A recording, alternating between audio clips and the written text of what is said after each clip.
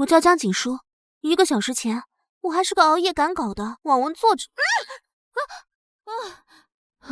我叫苏爽儿，1个小时前我还在录吐槽视频，那个叫江景书的作者怕不是个恋爱脑，写的个什么呀？现在我和我的死对头作者一起穿书了。我手机呢？手机去哪儿了？我100万账号怎么办？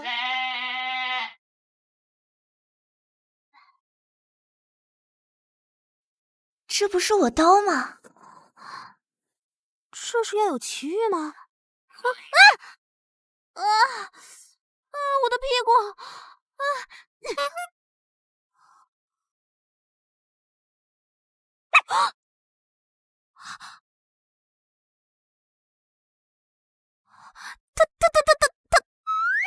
他是我认识，他是那个甜宠短剧里边的男主，魏国侯府世子魏渊。喂，路边的男人不要紧，轻则娶你，恩将仇报；重则害你家破人亡啊！而且看这开头，是在这破败山神庙里，那不是剧就是虐文。你把他救了，他把你娶回家，会把你琢磨死。不仅有他，还有他的白月光、朱砂痣、他姐、他娘、他妹，还有……哎呀，我不信，女人何苦为难女人？哼！再说了，你没有看过那个短剧《捡个世子当赘婿》，里面的魏渊就是一个宠妻狂魔，而且他还有钱，有钱。你可真不挑，红果5000万热度以下的剧我都不看。检测到特殊体质宿主，绑定成功。新手任务：处理魏渊。A. 救主。B. 抛弃。C. 击杀。请选者。谁？请个男主稳赚不亏，斩草除根，杀了他！业务冲突，重新计算中。算了，算不明白。这系统怕不是个残次品吧？难道是因为双宿主太少见，把他 CPU 干烧了？重新计算宿主行为，天理阈值。关你是不是残次品，我要选 C。不能改。短剧里边，他因为受伤失忆，然后遇到了他的小医女，2个人可好磕了。驾！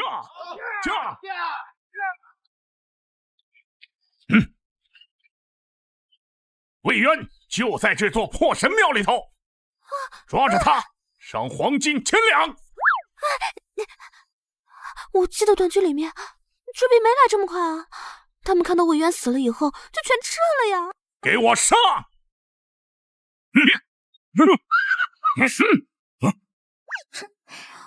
这有什么好怕的？我可是格斗达人。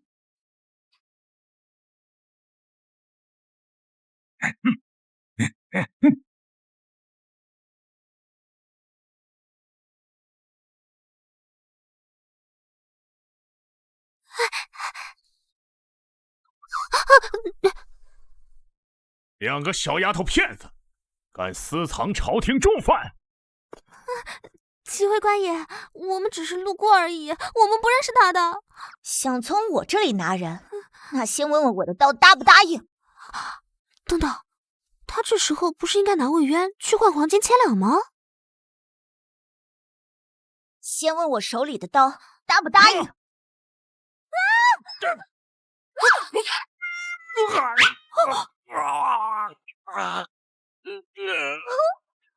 倒也不用行如此大礼吧。给我上！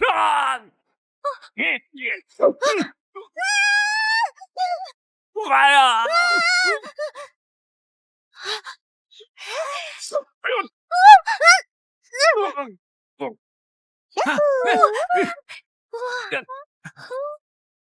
！Double kill。大哥，这娘们儿是个硬茬子啊！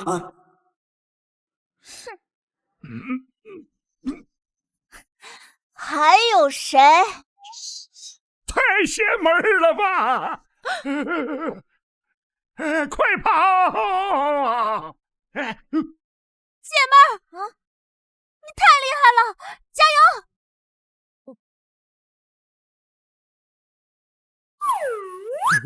滚啊！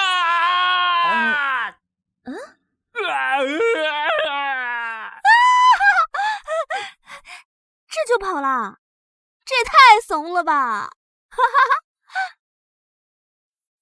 唉，爽文套路撑不起我，一切反动派都是纸老虎。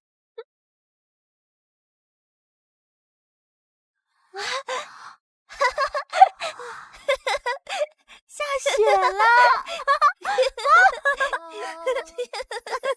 昨日步履在脚下，跌跌撞撞，今宵之梦在指尖缓缓的流淌。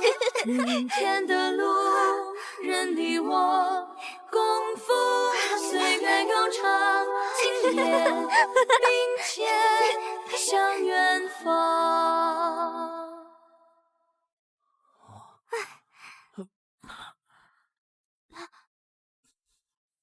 他好像醒了。有钱还不丑？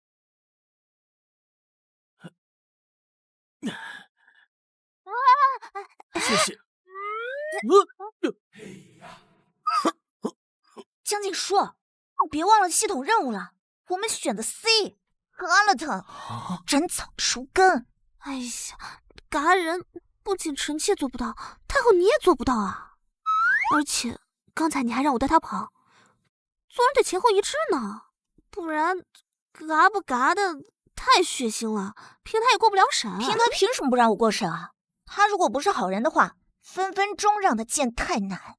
太奶？18岁太奶？多谢二位姑娘。不瞒二位姑娘，在下的太奶，早已离世了。你先给我交代清楚，你是哪位啊？你为什么在这里？为什么被人追杀？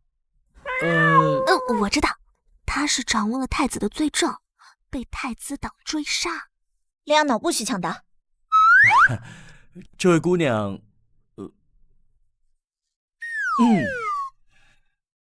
这位姑娘所言不差，在下正是魏渊，多谢二位姑娘相救。魏公子，这个我们千辛万苦救了你，你不得报答一下？先敲一笔，然后再嘎了他。理所应当。二位姑娘持此玉佩，可去城中锦银轩兑取白银1000两，全当在下谢礼。我不要玉佩。为什么不要玉佩？不要玉佩，难道等他以身相许？这玉佩是个麻烦，谁拿谁被追杀。魏公子，刚刚你也听到了，你值黄金1000两，你总不能为了少付点赏金就自降身价，把黄金变成白银，这不太好吧？实不相瞒，以在下现在的处境，二位全都看到了。你不要难过，你只要相信，只要你肯想，事情一定会比你想的更糟糕。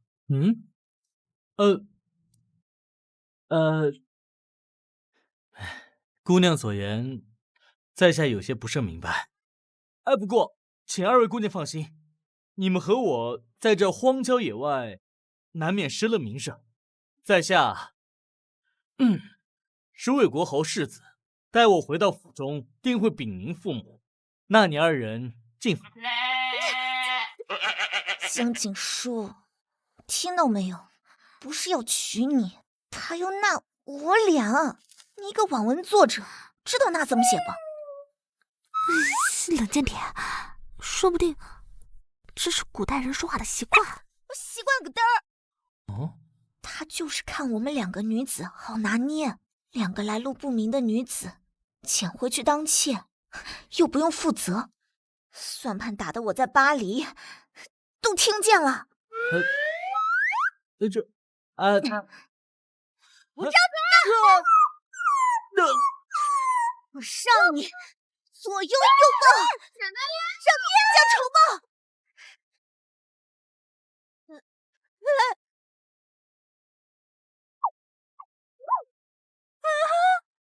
你把他打死了。那现在好了，我们还怎么抱大腿啊？不是我打的，坤子自己打的。再说了，他死的不是挺好的吗？不然你等剧情不全部都变成宅斗了？我一个宅斗文写了300万字的网文作家，我还怕宅斗？就凭你恋爱脑女主啊？那些绿茶五花八门的招数，不都是我写出来的吗？新手印直接发布，就注本系统无法识别当前剧情为甜口或虐文，建议手主自行协商，完成任务奖励1万两黄金。1万两黄金，1000块一颗，1000块的黄金，好多钱啊！苏爽儿，你听到没有？救出就1万两黄金，才能现在嘚儿了个屁的了。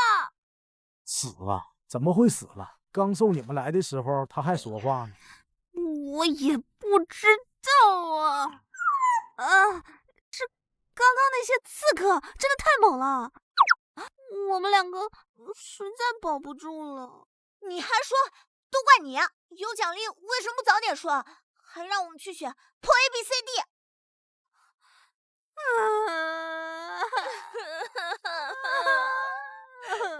我的黄金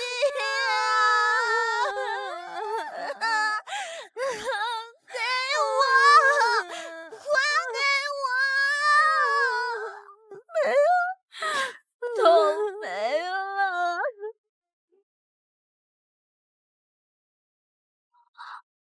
程烨，这又认识啊？园区里有魏府的暗卫，勿吃死忠。那只能这样了，你们准备准备，带你们回去。我不走，魏渊不会死，我要等他醒过来。舍生忘死穿越剧，不获黄金终不还。我也不会去，我坚决完成任务。2位姐姐，可是遇到什么难事？刚才在庙门外听见你们在哭郎君。郎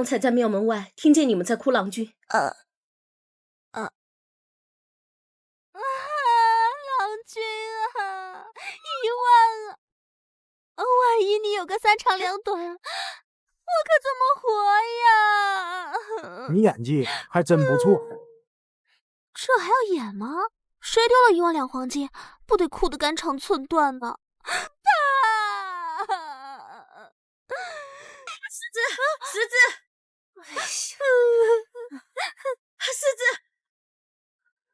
石子，世子如何成这样？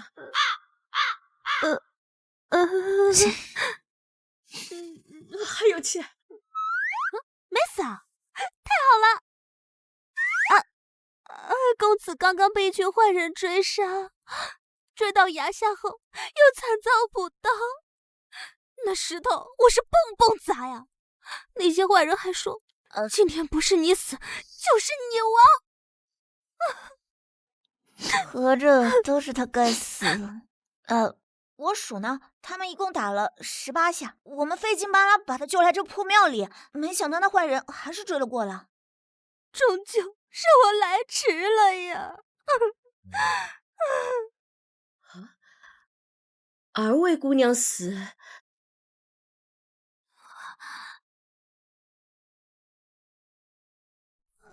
君啊，你一直昏迷不醒，我连个身份都没有啊！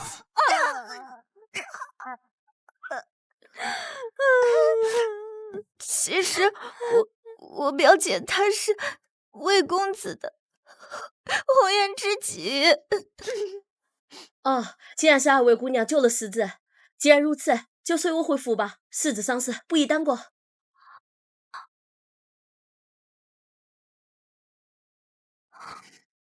嗯。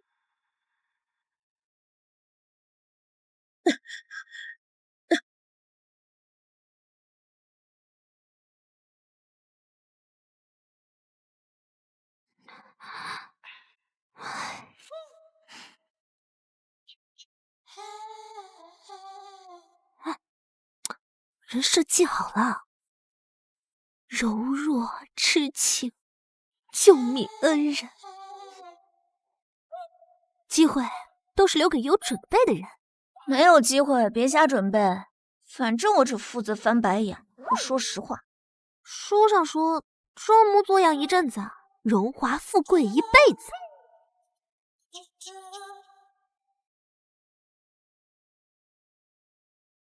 这侍卫看起来可不好糊弄。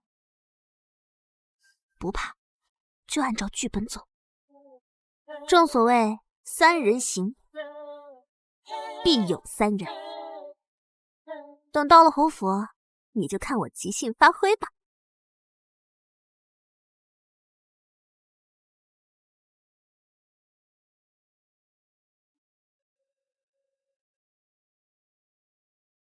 且，童泽夫人。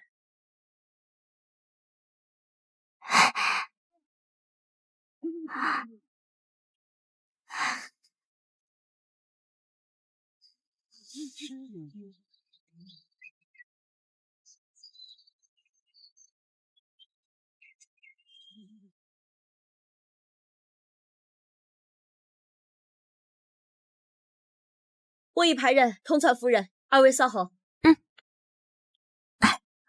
这国侯府安保漏洞跟筛子似的，我去看了一圈下来，至少还有8个潜入点。去，现在是柔弱模式。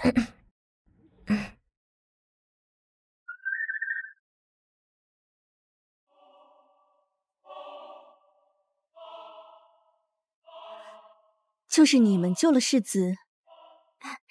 是。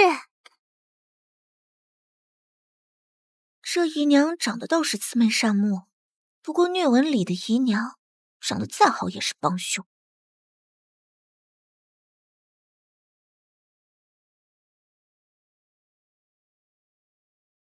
抬起头来。民女江景书见过夫人。苏爽儿。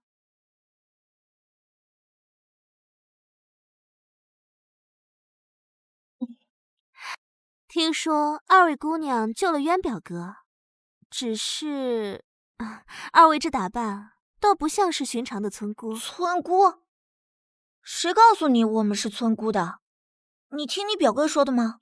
你可不要瞎听什么大实话，我们可是正经读书人家的女孩子。夫人，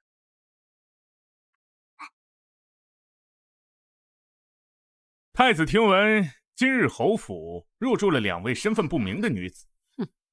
事关世子安危，殿下十分关心。多谢太子殿下挂心。这2位姑娘是渊儿的救命恩人，老身已经查明。夫人心善，但口说无凭。照我大梁律，凡身份不明入住勋贵府邸者，须由东宫卫帅带走彻查，以防奸细混入。来了，查户口都来了。东宫卫帅，听着像保安公司啊。还请夫人行个方便，下官将人带走，查明无误，自当送回。若老身说不呢？那下官照例行事。哈哈哈哈哈哈！好热闹啊！李属官，这是要在我老哥哥府上按哪条律办事儿？免礼。嫂子，今日下朝早，顺路过来看看渊儿。带刀侍卫，立于内宅。参呐，还是抄家？侍郎误会，下官只是奉太子之命。太子之命？大梁律第3卷第7条，涉及君侯府人员核查，当由刑部、京兆府联合督办，东宫卫帅无权单独拿人。下官只是先行询问。询问？拿着刀询问吗？李大人，随我到刑部走一趟，咱们把该走的流程走一走。刑部批文下来以后，你想问谁问谁。不敢劳烦侍郎。不敢？正好，我要去问问东宫卫帅手怎么伸到君侯府里来了。下官先行告退。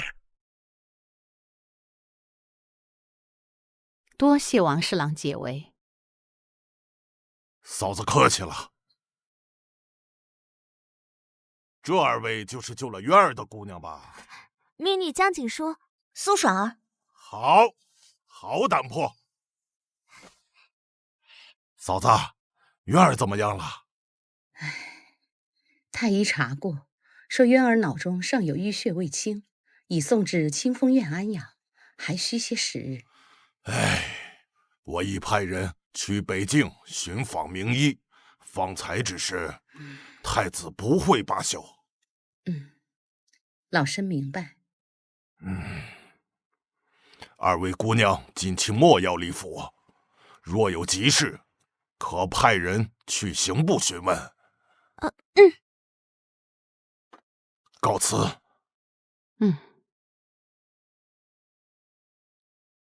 这2位姑娘就安置在主卧的东厢房。是。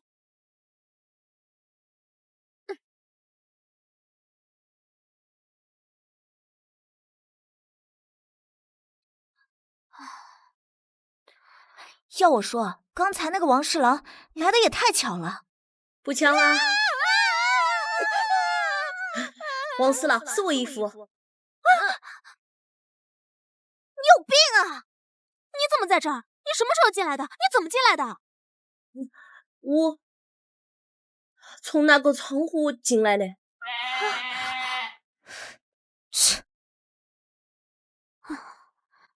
大晚上的来这干嘛呀？今天早上，飞哥传书给我义父，跟他说东宫的人可能来找麻烦。你义父一个3品官，这么打太子的脸，就不怕被穿小鞋啊？穿不了。为什么？难道是因为太子肚里能撑船？义父是大皇子当派，太子动他就相当于再捅马蜂窝，而且世子手里掌握着太子最大的把柄，帮你们就相当于在太子后院放火。那太子凭啥针对我们呀？我打野抢他人头了。那世子手里掌握着太子私贩军械的证据，而且这次刺杀很有可能就是太子所为。你们帮了世子，他当然视你们为眼中钉啊！这狗太子真是想杀了我们2个。江景书，我早就跟你说了，路边的野男人不要捡，不要捡。世子殿下义薄云天，质如黄金，和那些负心薄幸的男人有云泥之别。那这个李德以后不会再找我麻烦了吧？短期内应该是不会。义父今日当众驳了他的脸，他要是再上门，就是打刑部的脸。但是太子这个人心狠手辣，而且极其要面子嘞。今日的麻烦，他一定会再找上你。陈姑娘，你有没有办法能弄到一份太子一党核心人员的名单，或者知道太子最近在做什么？名单倒是可以，但是太子的行踪不易探查。不用探查，只需要观测太子接下来需要做什么便是了。他一定会再试一些下三滥的手段，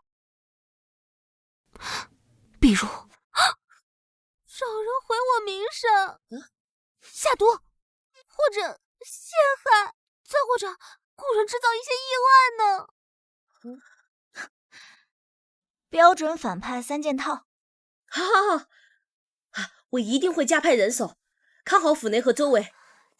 还有，你能不能再请王侍郎帮我们做一件事情啊？什么事？山神庙那些杀手的武器上有没有什么特殊的标记啊？如果真是太子爷派的，我们或许能够顺藤摸瓜。好。哎，门在那儿。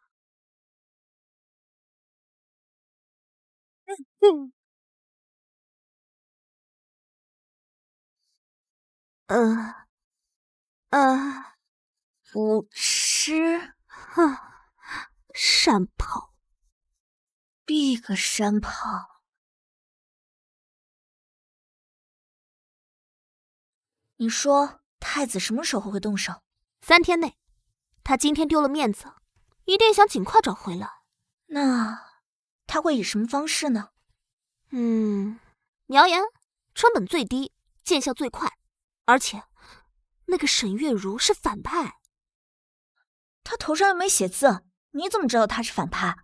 但他的笑啊，那种我知道你今天倒霉了的那种笑。异常提示：宿主今一行为导致剧情偏离度加 5%， 当前总偏离度 41%， 警告偏离度超过 50%， 可能触发世界修正机制。计算中。世界修正机制是什么？资料缺失，建议宿主不要尝试。说了等于没说。睡觉吧，养好精神，等太子出招。你挺淡定啊。那当然了，我可是激发锦鲤体质。再说了，人生除了金子，什么能比运气更重要啊？7分靠打拼，93分靠运气。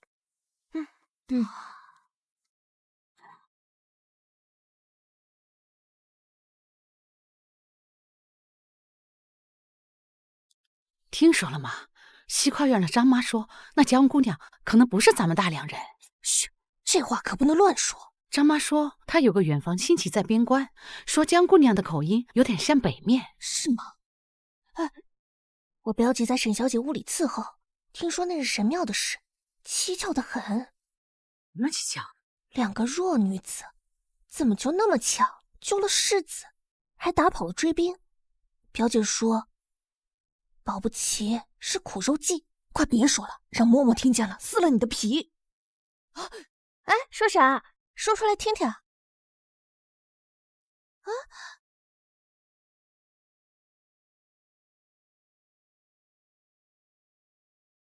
都传下去了吗？传了，按小姐的吩咐，从厨房、洗衣房开始传的，都在嘀咕了。张翠花也听到了，啥事她也听到，准能传开。嘀咕就好，1传10，10传100。表哥昏迷不醒，府里却住进了来路不明的女子，任谁都会多心。小姐要是夫人查起来，查什么？嘴长在别人身上，还能给缝起来？去，再添把火，就说江氏手腕有刺青，是北狄细作的标记。江姑娘手上也没刺青啊。谁还能真去掀一个姑娘的袖子？有人说见过，那就是见过。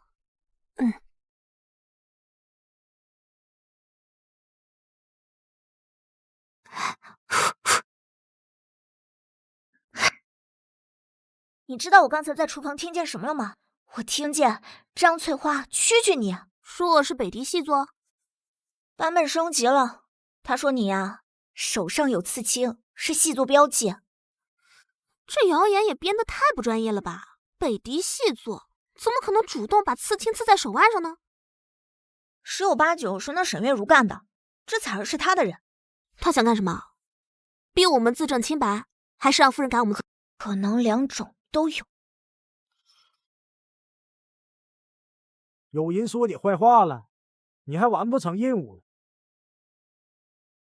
你这系统，别说这有的没的了。我们2个要是完不成任务，那都是因为你。当心我嘎了你！就看我兵来将挡，水来土掩吧。你有什么打算吗？不聊。为什么？经常穿越的朋友都知道，如果成功靠的是后天努力，那么今天和明天就先休息吧。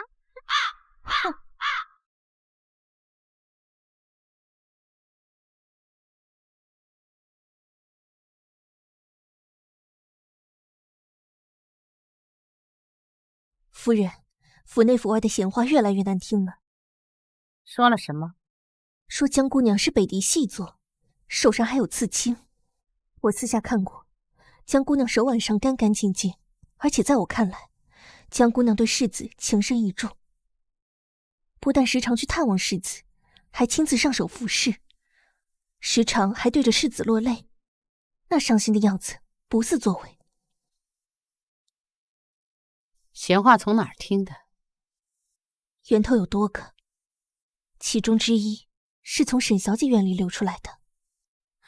舅母，那个江景说根本就不是表哥的外室，也不是什么红颜知己。你这孩子怎么大呼小叫的？舅母，我说的都是真的。他们肯定是看表哥衣着不俗，起了攀高枝的心思，这才使得苦肉计。月如，我知道你一直都是懂事的。你表哥现在未醒，你舅舅又在边关未归，你莫把心思用错了地方。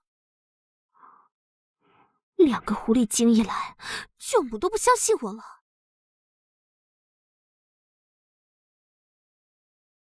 夫人，山神庙那些杀手的兵器，王侍郎查的怎么样？今天早上刚刚传来消息，在兵器上发现了这个标志，这个是北境黑狼部的图腾。黑狼部与北狄一向是世仇，去年世子率军击溃了他们，残余游荡在北境。杀手竟然是黑狼部的人，不是太子。目前的证据就是这样，他们是来报仇嘞，目标就是世子，而且江姑娘和苏姑娘的户籍显示，他们的祖籍在江南。江南离北狄可有万里之遥。东西先留给我，我再看看。你去办2件事。夫人吩咐。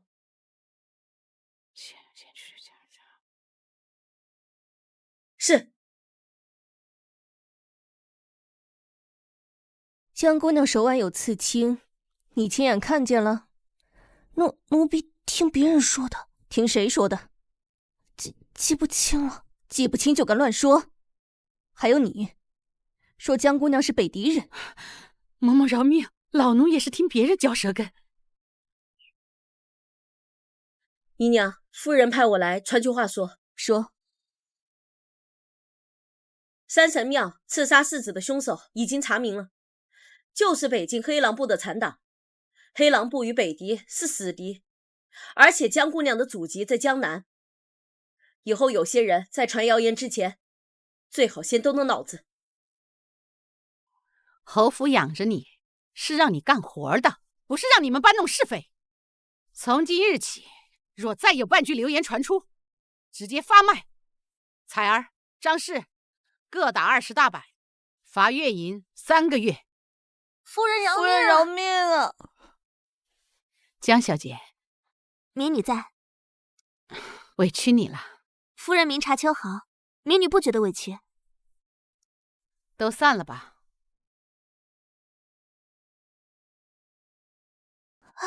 小姐，奴婢好疼。闭嘴！20个板子和几个嘴巴子都受不了，废物！程姑娘拿着刀说，那些杀手是来自黑狼部的人，还说江姑娘祖籍江南。我知道了。这2个人到底走了什么狗屎运？小姐，可别再继续了，夫人都护着他们。舅母是被他们蒙蔽了。我才不信表哥是什么他们的红颜知己。而且我听到他们说，他们是为了悬赏黄金来的。不对，是表哥的金子。那秦夫人下手挺狠啊，20大板，还有100巴掌，打的那丫鬟婆子怕是半个月下不了床。杀鸡儆猴。不过什么？这消息来的也太及时了。程爷早上才说要查，下午就出结果了。你是说故意有人给我们送证据？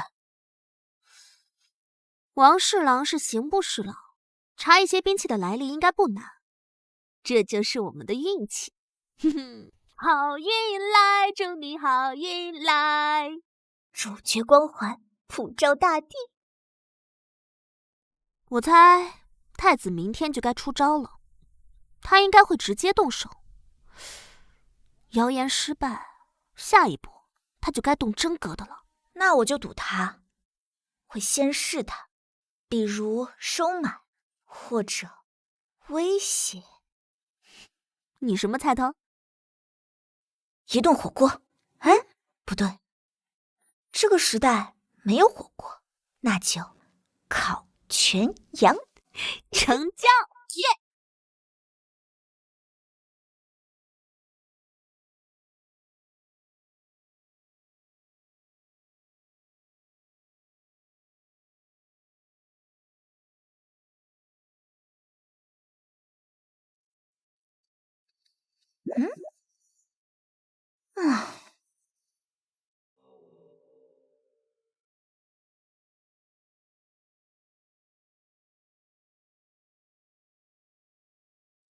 晚上就不该吃那碗冰了。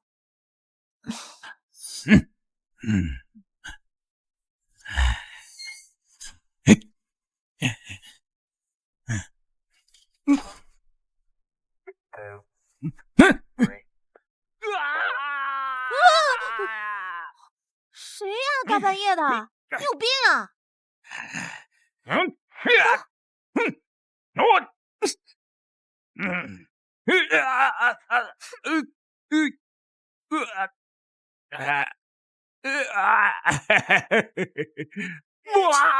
他来者何人？皮肤心怀大人，这个无造夜深，只有我心和肺脏，这一光明为圣，父爱真为尊，教过奥义精深，少年生来像云峰。他来者何人？这个无造夜深，只有我心和肺脏，这一光明为圣，这绳结得改改，真为尊，别给我老能正。少年生来像云峰。好，哎呀，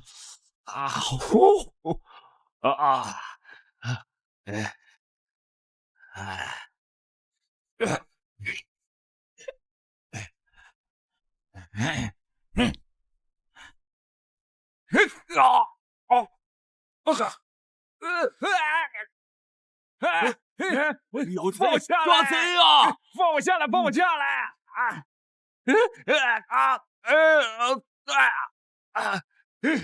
说，谁派你来的？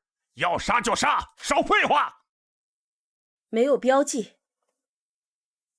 兵器也很普通，但他身形不法，倒是个练家子。他下身有伤，我今天正好就打到。你怎么知道他下身有伤啊？我好像懵逼了。算我倒霉！要杀快杀！关回柴房，明日送官。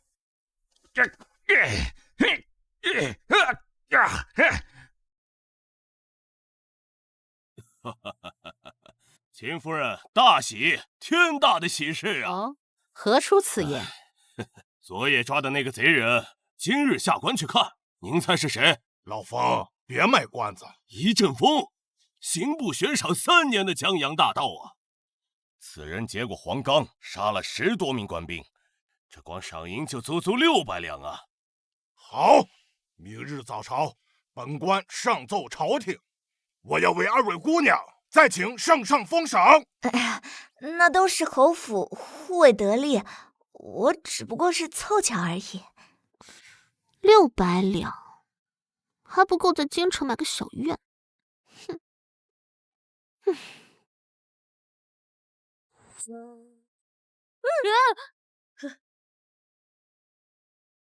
我查清楚了，一阵风确实是太子雇的，太子通过中间人要价1000两，要你的命。我们俩就值1000两啊！重点是这个吗？可是，一阵风确实不知道雇主是谁，而且中间人早就跑了。那他还是没有证据？有证据才奇怪。太子会蠢到亲手联系杀手吗？哎，对了，刚才府里抓一阵风的时候，怎么没看见江姐姐？我去照顾魏渊了。我是担心有另外一伙歹人对他不利。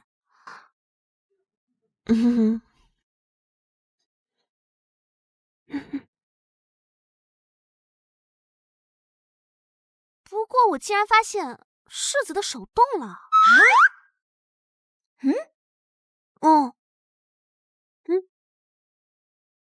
废物，都是一群废物！殿下息怒，一阵风失手，纯属意外。意外？一个悬赏多年未被抓的巨盗，还中神套，抓他的人还是金兆尹，你和我说是意外？确实蹊跷，那2个女人有问题，绝对有问题。那接下来我们怎么办？去找李德。你还真别说啊，这600两和1万两还是有很大差别。你说这太子的下一招会是什么？谣言破了，刺杀失败，他下一步会不会收买？收买咱俩？又或者收买我们身边的人呢？比如说重金许诺，让我离开侯府，又或者让我们替他做事。你想多了，太子收买我俩干什么？他眼下最该做的是要尽快弄死那个魏渊才对。毕竟罪证是掌握在魏渊手里的。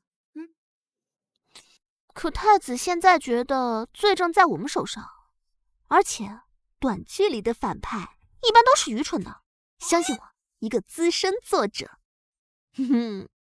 他觉得我会答应你？你觉得他会觉得我们会答应？赌注还有效吗？必须有，考全阳。那我就赌3天，有人会来找我们谈生意。我赌5天。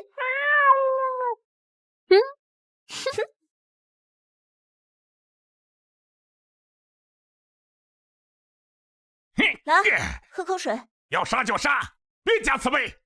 你喝有什么好？手下败将。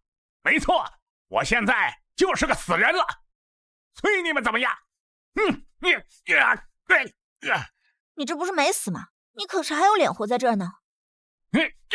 我们没打算杀你，明天就会送你去刑部大牢。都一样。不一样。太子的人进了刑部大牢，活不过3天。你不要装作一副很有骨气的样子，一点都不 man。作为经常打家劫舍的人，你应该知道，干坏事最重要的是皮要够厚，这样被打的时候才不会那么痛。如果你愿意作证指认中间人，或许还能争取一条活路。我什么都不知道。可惜了。等等！中间人又说虎口有个黑痣，说话带有幽州口音，我只能说这么多。足够了。你来把我放下来啊！你快放我下来啊！你问出什么了？说中间人右手有黑痣，程程说足够了，但我觉得下次太子会更小心。我觉得是更加疯狂。我今天收到消息，约我明天茶楼见面。上天欲让谁灭亡，必先让其疯狂。看来这次我们胜利在望。对，我们一定不能两手空空回去。要不现在送你俩回去？凭什么？凭什么？魏渊还没死呢。姑娘姐，贾老板已经等候多时了。江姑娘，请。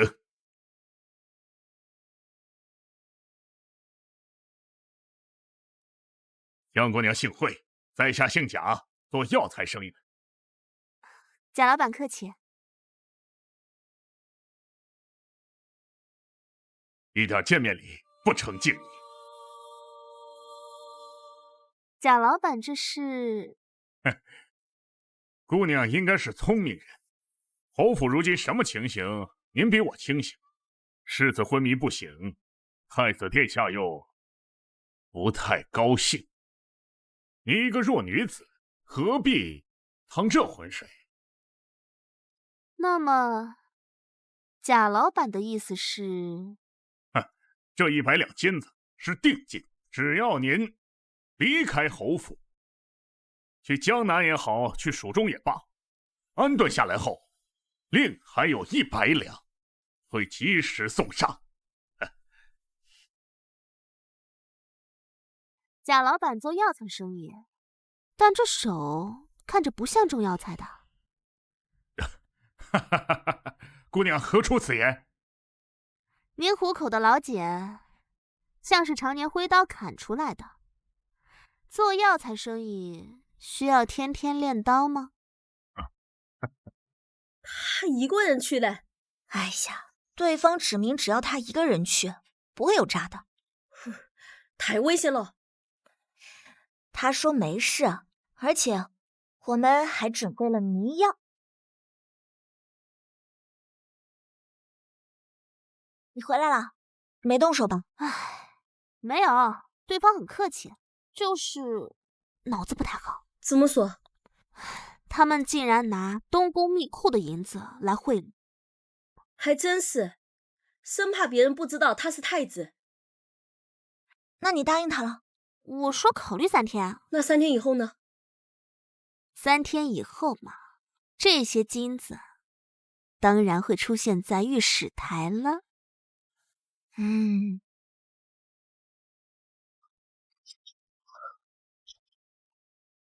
你真要举报？当然了，这不是完成任务的好机会吗？可是他给我们送金子。哎，说什么呢？我们是为了这种钱的人吗？不是，1万和100，孰轻孰重？哪个多哪个少？我还是分得清的。OK， 那我们要怎么送出去？纯爷说他有认识匿名送给御史张青的渠道。什么鬼？这年头举报都要走后门呢。那个张青是大皇子的人。我懂了，这就叫做借道杀人。说什么呢？我们这是为了伸张正义，做事总得讲究个师出有名吧。反正你说的对，我就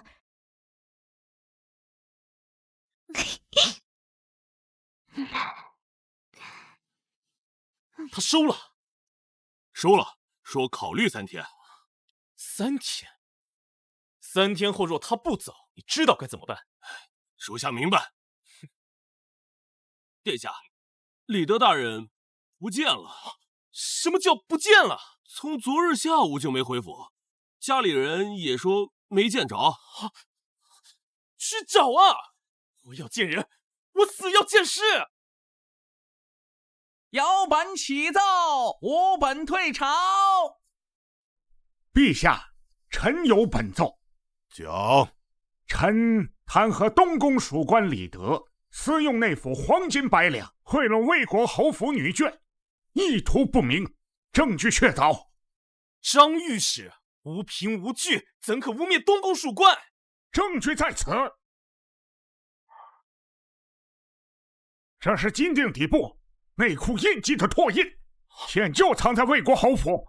陛下，臣可作证，前日东宫李德确实曾去侯府，意图带走世子救命恩人，被臣以律法驳回。太子，你有什么话讲？儿臣不知啊。李德他……陛下，京兆尹来报，晨曦枯井中发现一具男尸，经辨认，正是东宫属官李德。什么？死的可真巧。是灭口还是畏罪自杀啊？好了，此案交由刑部大理寺御史台三司会审。太子，近日你不必上朝了，在你的东宫好好歇一歇。父皇，儿臣冤枉啊！退朝。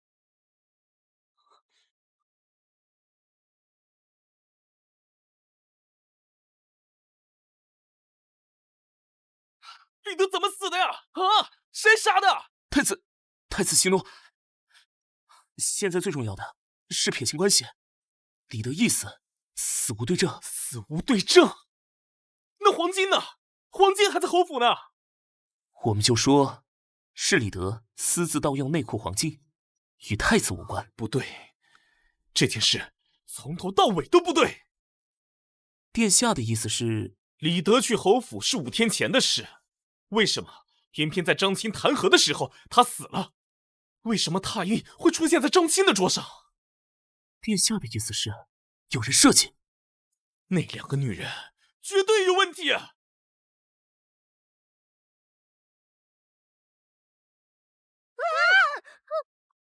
哎呀，你个山炮，大半夜的你想死啊？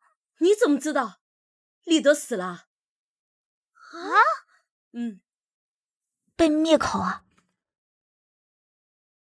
像是金兆一验尸的时候说是溺亡，但是那枯井里根本就没有多少水，死得很蹊跷嘞。太子干的？不一定，也可能是其他人。别人？谁？想让太子倒霉的人多的是，比如大皇子。你怎么什么都知道？我可什么都没说啊。如果太子疯了，那就等于是给大皇子递了把刀。说真的，李德到底被谁杀了？哎，我还在查，但是目前看没有什么线索，现场清理得很干净。看来除了我们和太子，这个局里面一定有一个第三方。还是那句话，3人行必有3人。还是说废话？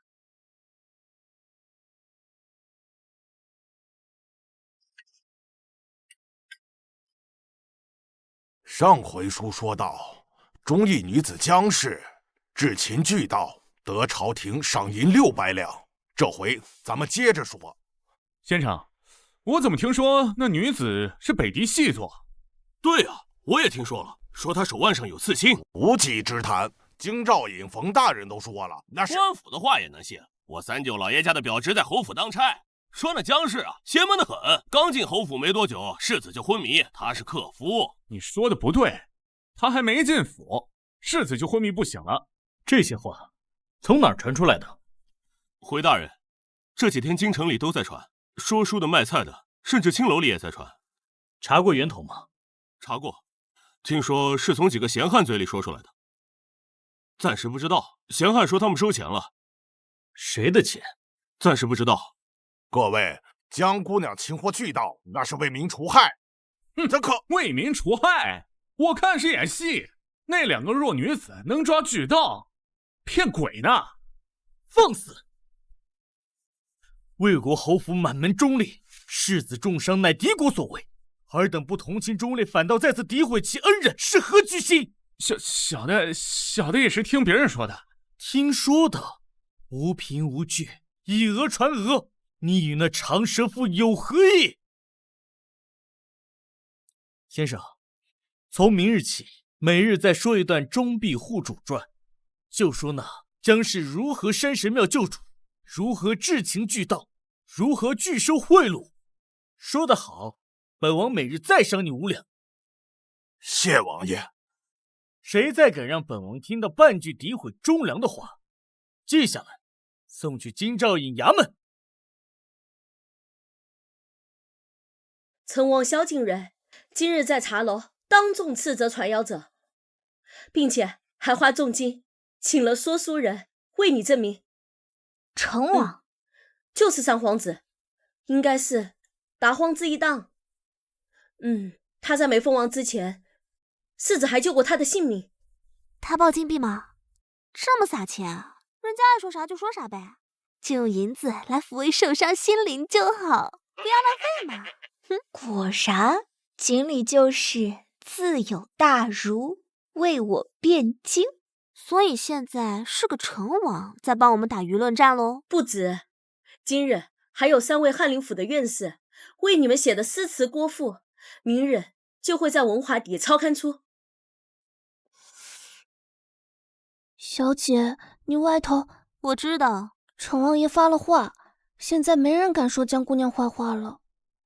连我娘去买菜，菜贩子都说江姑娘是女中豪杰。闭嘴！表哥到底什么时候醒？再这样下去，后府都要姓江了。萧景睿，又是他！殿下息怒，三殿下此举明显就是冲着您来的。本宫知道，大皇子那边是铁了心的要保那2个女人。现在舆论已经完全倒向他了，我们不能迎来。那你说怎么办？或许可以从他们身边的人下手。谁？苏爽儿，此人身手了得，但身份却很模糊。江景说好歹有个江南祖籍，这苏爽儿连这个都没有。你的意思是伪造身份，比如北狄逃犯，或者江湖邪派余孽。可是上次咱俩说他们是细作恶，也没起什么效果。估计是传播的范围不够广。所谓3人成虎，众口铄金，只要说的人多了，就翻不了身了。要多久？3天，做得干净利落，不留把柄。快去做。是。陈王爷送来请柬，3日后在王府办赏花宴，请2位姑娘务必赏光。陈王府的赏花宴是京中有头有脸的夫人小姐都会去。夫人说是个好机会。什么好机会？露脸的好机会。向那些传闲话的人看，2位姑娘是得了贵人青眼的。可是夫人也同去吗？夫人身子不适，让我陪2位去。鸿门宴吧？应该不是。程烨说成王是大皇子的人，应该是友军。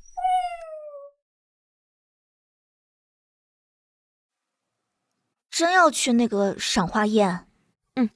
不去就是不给成王面子。可是去了，可能被一群女人围着打量。这不正好吗？让我来看看这京城贵女圈到底是个什么样的水平。宅斗预备赛，让他们见识一下我江钮祜禄锦书的手段。有心小姐，你到底是不是侯夫人呐？为啥有门你不走呢？帅，你哎呀！闭嘴吧！不帅吗？行了，有什么新消息啊？对了，台子那边在派人探查苏姑娘的来历。查出了什么吗？就是因为查不出来，所以很有可能会伪造。伪造什么？伪造身份啊，比如说是你是一个被通缉的江湖人，或者是你是一个北狄的战犯之类。他敢？他有什么不敢的？李德都死了。成王的百花宴可能就是太子要的机会。他要在成王府动手？不是动手，是当众揭发。揭发什么？怎么揭发？当众拿出一份伪造的证据？很有可能还会有个假证人。证人谁啊？我还不知道，我马上去查。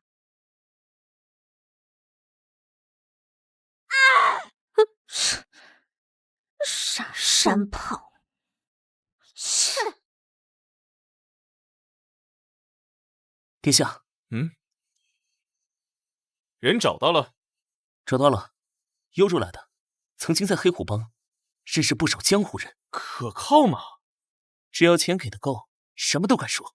哼，告诉他们，3日后成亲王赏花宴。是。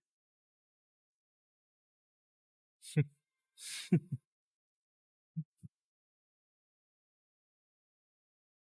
啊啊啊！我看这世子脸色不错呀，他好像又长胖了，肯定能醒过来的。他要是醒不过来的话，都对不起我给他背的那些黑锅呀。他那是日有所吃，夜有所胖。世子呀，你可快点醒来吧！醒来了，快来帮帮忙！我们要是一招不慎，输了一招，那咋整？哎呀，怎么办呢？万一要是有人去当众通缉我，说我是个通缉犯，怎么办呀？第一，咬死不承认；第二，死咬不承认；第三，咬死不承认。江景树，你不愧是个作者啊，没用的办法就是这么多。我只不过是经常没有灵感而已，只不过我这偶尔也是常态。我真服了，吐槽博主就该你去当。你看问题能不能格局打开啊？我这叫以不变应万变。对面可是太子哎，你是不是网文看多了，以为太子没什么了不起的？你这要是在家的时候，要是看着这市长家的公子，你是不是眼巴巴的跑过去舔人家呀？江景说你说什么呢？你讲这么3爷不是我都自动消音了，你还管我？哎呦，世子，快点醒过来！你要是再不醒过来的话，我可就要哭了，很大声很难听的那种啊！吉美，摆正一下自己的姿态，你有资格哭吗？算了算了，不想。养好精神，赶紧睡觉吧。3天后我要看戏了。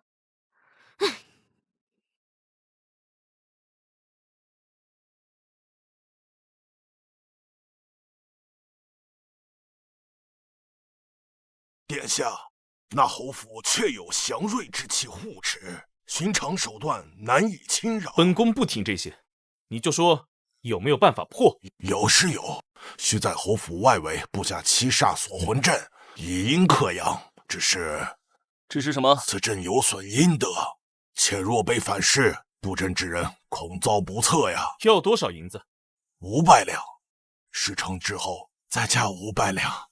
给你1500两，3日内不成。殿下霸气，小到这就去准备。殿下，此等事可交给下人去办。殿下千金之躯，不便与这些流芳术士见面。无妨，事能成就好。七杀锁魂，吃。师傅，今晚乌云蔽月，正是布阵的好时辰啊！少废话，快点买。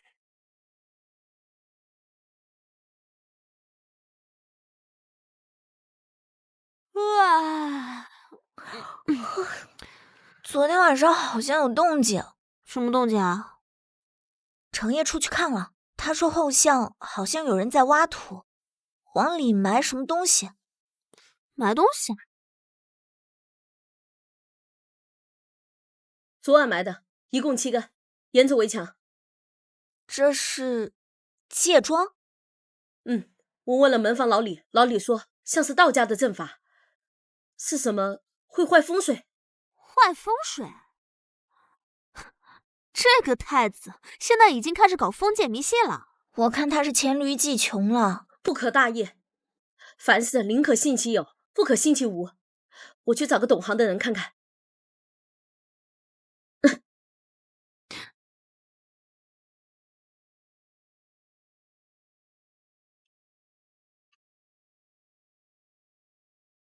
这是7煞阵，布阵之人心思歹毒。那大师，此阵可破？不难破，只需将汤木桩拔去，以糯米、朱砂填之即可。只是什么？布阵之人必遭反噬，轻则伤病，重则殒命。老衲我建议夫人亲自动手。那该如何？等。等。天作孽犹可为，自作孽不可活。七煞归位，锁。啊，师傅，下雪了，雪寒助阵威。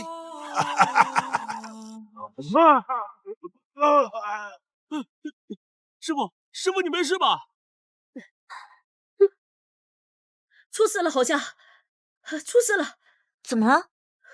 那个布阵的道士被雷劈了。死了？没死，被劈晕了。他徒弟给他拖走的。那劈的个啥？劈的是那个桃花木桩子，他被震晕的。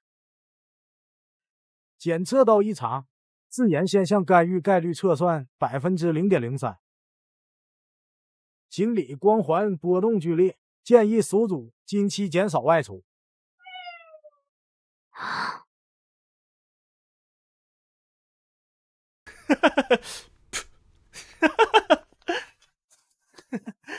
殿下，刘三废了啊？什么废了？昨晚被雷劈中，虽然没死但是高烧不退，满口胡话。说什么胡话呀？说什么有祥瑞护符，一切邪祟不可侵，什么不可侵的，狗屁祥瑞！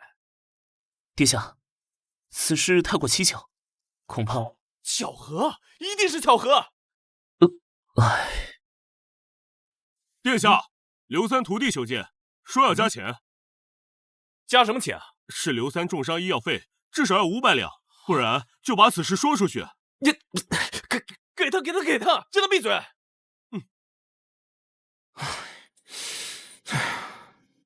太子又赔了500两，他钱真多，连风水玄学都用上了，说明他这头蠢驴连智商都没了。你可不要小瞧他，毕竟傻子可不容小觑。赏花宴就在明天，我总觉得太子会在哪个时候动手。哎，那个证人找到了吗？哦，找到了，是一个叫赵四的混混，之前在幽州的黑虎帮，现在人在京城，住在城南客栈。那我们怎么对付他？2个办法，一是让他消失，2是让他改口。嘎了他，让他消失。哎，让他改口，消失太明显了。那他图什么呀？钱，太子给了他200两。那我们就给他400两。我们有400两。之前擒获巨盗的银两不是还没花完吗？我看你真的是，你也黔驴技穷啊！一个社畜穷鬼，学上人家拿钱砸人了。250不能再多了。好，今晚我去找他。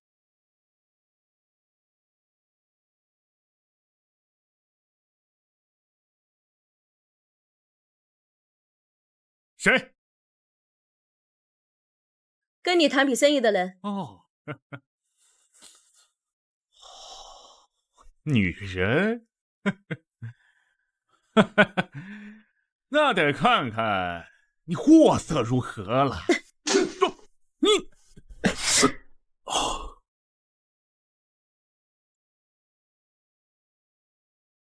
250两，明天摆花宴，买你一句话。什么话？只要你实话实说，你从来没有见过苏爽儿，是有人花钱让你诬陷她。哼，我凭什么听你的啊？你可以不听我的，至于太子事后会不会灭口，你自己想。250两现银够你远走高飞的，至于太子那200两，你未必有命花。毕竟只有死人才是不会说话嘞。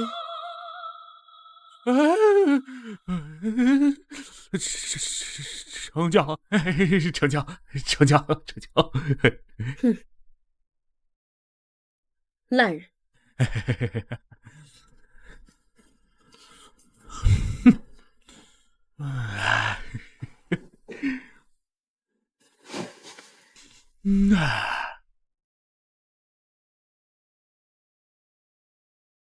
程烨去了。去了，问题不大。啊，250两啊，肉疼。你不要这么小家子气嘛！我们2个现在是有1万两黄金的有钱人。你不要这么早把我的金子说成你的金子。要不是因为你，我们2个能到现在都没完成任务吗？也不能完全怪我，毕竟你们穿进来的这个短剧毫无逻辑，我代码干烧了也找不到剧情主线。那我说1万两黄金是我的有问题吗？又卡了，没用的玩意儿。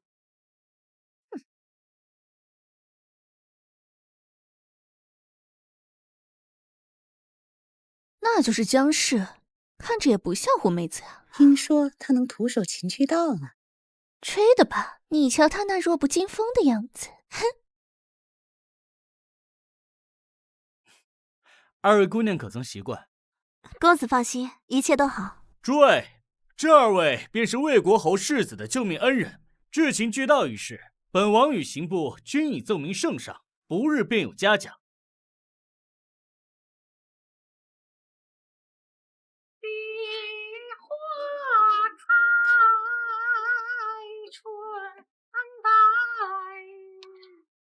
可是江姑娘，公子是？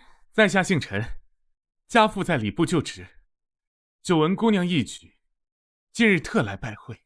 礼部4品以上官员子弟我都背过，没有姓陈的。陈公子客气。姑娘救世子于危难，实乃女中豪杰。若不介意，请进。有话就在这说吧，我表妹又不是外人。也好，实不相瞒，我对姑娘一见倾心。姑娘如今虽暂居侯府，但终究名分未定。若姑娘不弃，在下愿明媒。气，很气，非常气！一见倾心就是见色起意。彩礼谈过了吗？八字合过了吗？你查过户口吗？上来就要姑娘，我也明媒正娶。我呸！老色批！呸！我老色胚？我必须澄清一下，我今年25，并不老。你知道我是谁吗？你就敢追求我啊？姑娘何必守这个活死人？若他一辈子不行，姑娘这苦等一辈子。公子请滚，横着，快滚！听到没有？赶紧滚！再不滚我就一刀！我让你上不了厅堂，下不了床。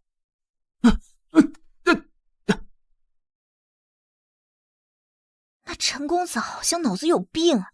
查过了，真名叫陈平，根本就不是什么官宦子弟，是太子的门客，养的亲客。美男计，应该是想要引诱江姑娘私奔，坐使你不守妇道。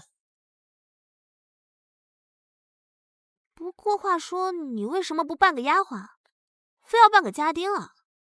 不帅啊？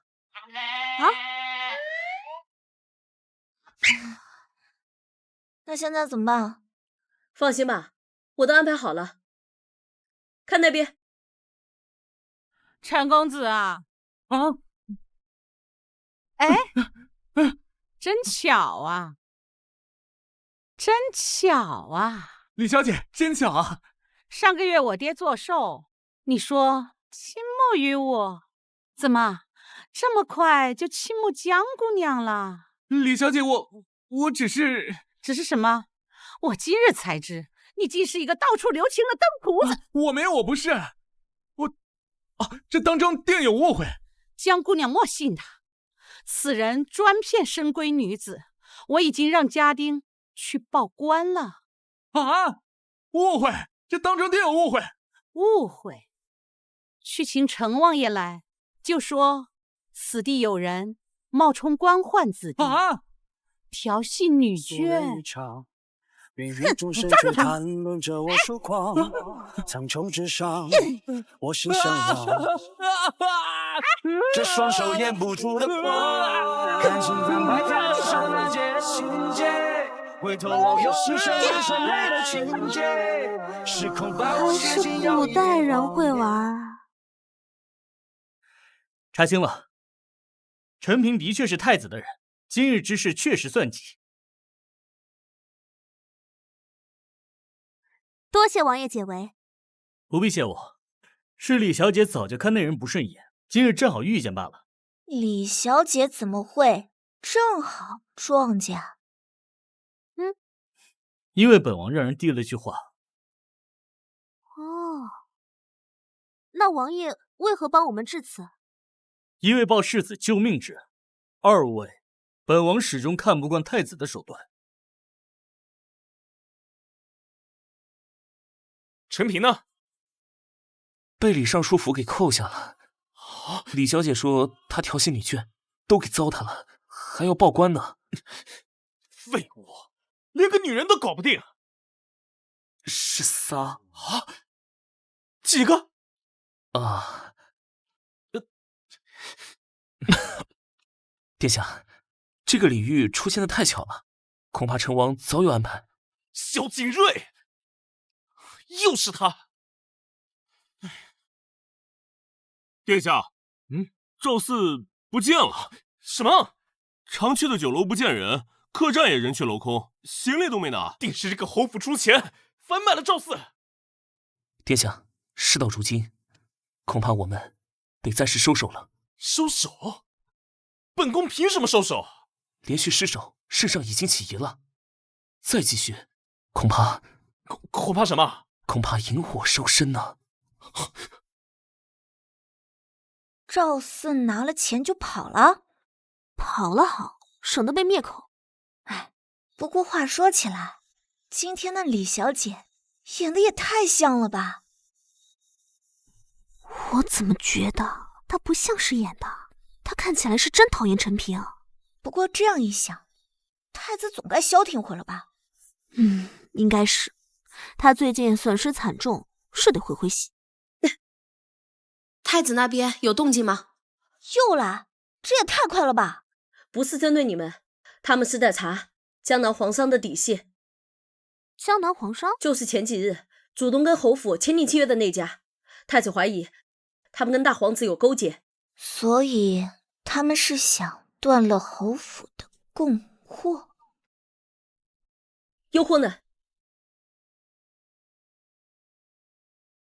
夫人，江南那边的货这个月没来。为什么？说是河道淤塞，船过不来。但老吴打听到，是太子的人打个招呼，让沿途关卡严查。严查什么？查走私。皇上的船队已经被扣了3批货，说是要验明正身，少则10天，多则半月。这是要断咱们的生路。不是要断生路，是要让我们低头。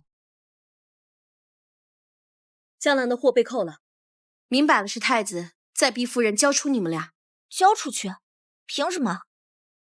侯府名下的田庄店铺，大半的供货都靠江南，这要是一断供，1个月估计损失得有上万。夫人那边怎么说？夫人没表态，但是侯府里的人已经开始议论。议论什么？说你们是灾星，自从进了府之后，麻烦就不断。太子这招倒是聪明。聪明？从内部施压，夫人就算想保我们，也得要看看全府上下。你们有什么办法？江南的货被扣，那就从别的地方找货呗。大梁这么大，不可能生意全让江南给做了吧？哪有那么容易啊？试试看吧。程烨，你那儿能弄到京城各大商会的名录吗？能。哦，还有，你再打听一下，最近有没有新进京的商队？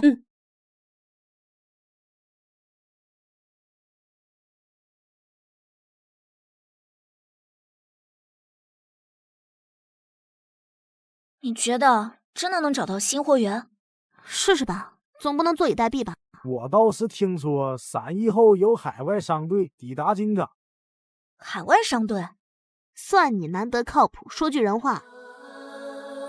可是金港离京城200多里，怎么联系啊？让程烨去，他脚程快。万一那商队也是太子的人呢？赌一把，不赌的话，就只能等被太子掐脖子。好冷啊，睡吧，明天开始找活路。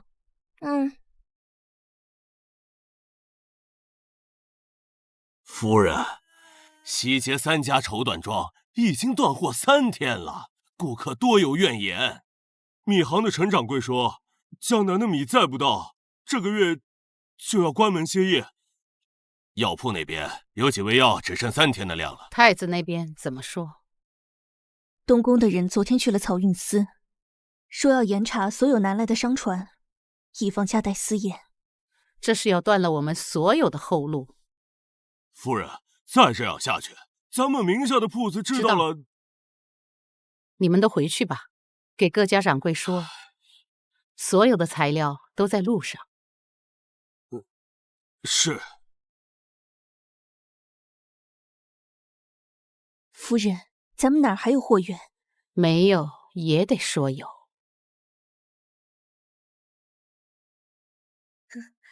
金港那边来消息了，来的是一支南洋的商队，他们的主是姓林，主做香料和药材的生意。南洋？那不就更老远了？远才好，太子的手伸不了那么长。我已经派人去跟他们接触了，但是他们要价不低。多少钱啊？高江南货源3成，而且他们只收现银。啊？3成只收现银？我们上哪弄这么多现银啊？放心好了，这笔钱还能让咱们出。侯府那边已经开始急了。据线报，秦夫人今日见了3位管事。她服软了吗？还没有，但撑不过5天。5天？本宫倒要看她能撑多久。殿下，金港漕运司来报，说有一支南洋商队3日后抵达，侯府的人已经去接触去了。南洋商队？你不是说南边的货源都断了吗？南洋不算南边，算海外。本宫不管他是哪儿的，去告诉漕运司，就说那商队夹带违禁品，给本宫扣下。殿下，南洋商队有市舶司的勘核文书，清运司无权扣留。那就找个理由啊，查税、查文书、查什么都行。快去，快去！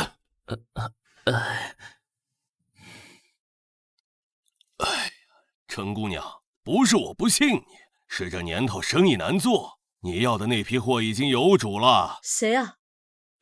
东边来的，说是京城某位贵人的管家。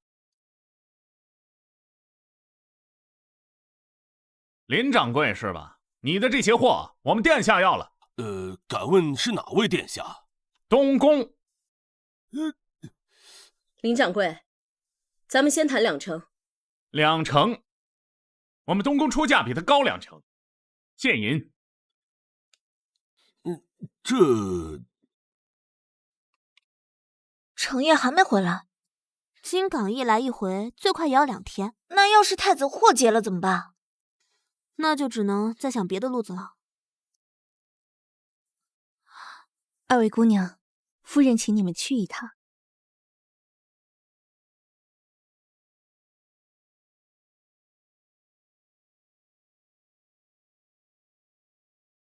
府里的情形你们可都知道了。民女知道。唉，太子这是在逼我放人。你们若是现在离开侯府，我可保你们安全离京，再赠你们一笔盘缠。夫人这是要赶我们走吗？不是赶你们走，是想让你保命。夫人，就算我们走了，太子就能放过侯府吗？夫人也知道，太子针对侯府，不只是因为我们，就算我们走了，太子也会想其他的办法。那你们有何高见？只要程烨回来，能拿到南洋商队那批货，就能解眼下之困。那他若是拿不回来，夫人放心，一定能拿到。我有主角光环，太子可没有。哼！林掌柜，这是定金，货到京城以后再付您。陈姑娘，不是我不守信用，只是东宫这边……东宫一向都不做香料生意，他们要这批货干什么？我们殿下要买什么，轮得着你过问？快传靠岸喽！林掌柜，做生意讲究个先来后到。您若是毁约，这以后在京城的生意可就不好做了。林叔啊，阿明来了，我爹的信。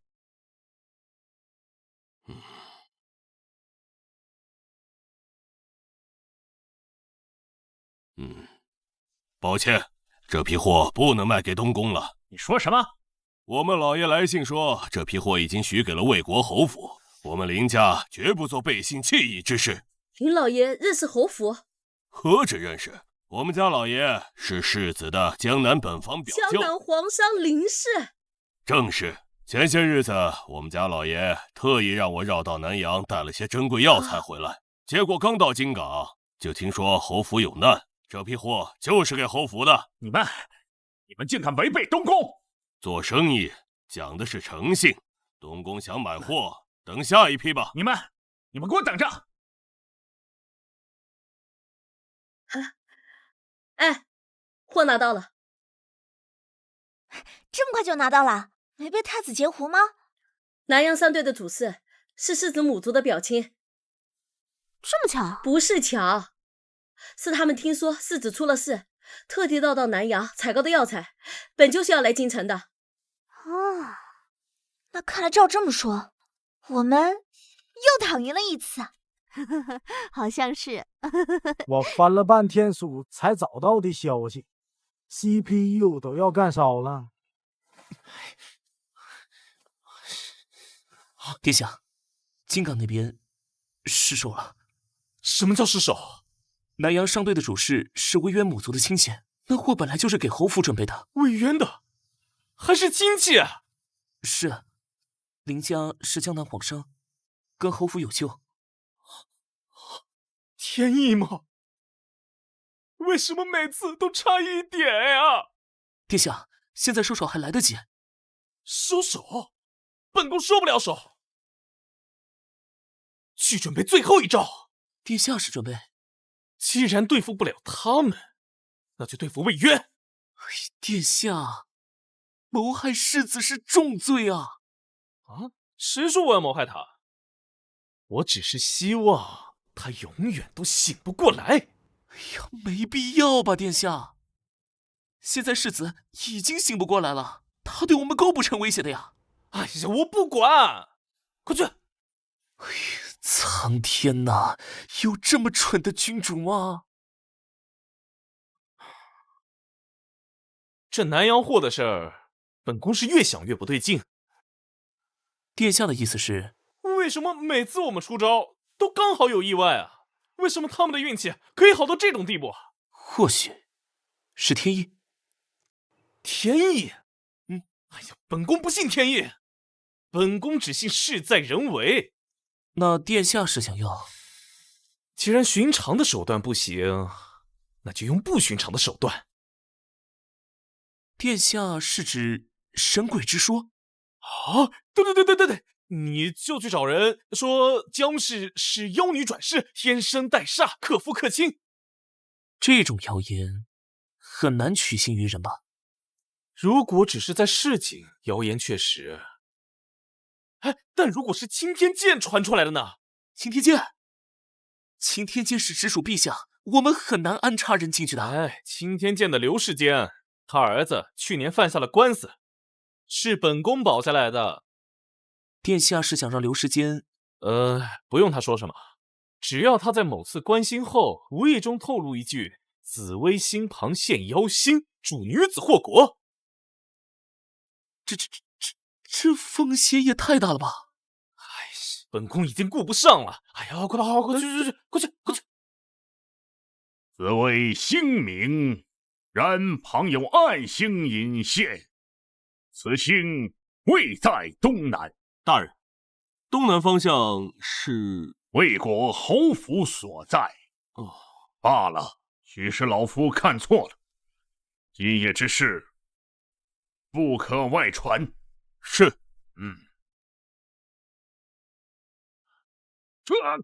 大人小心！老了，眼花了，竟然看见妖星扮紫薇。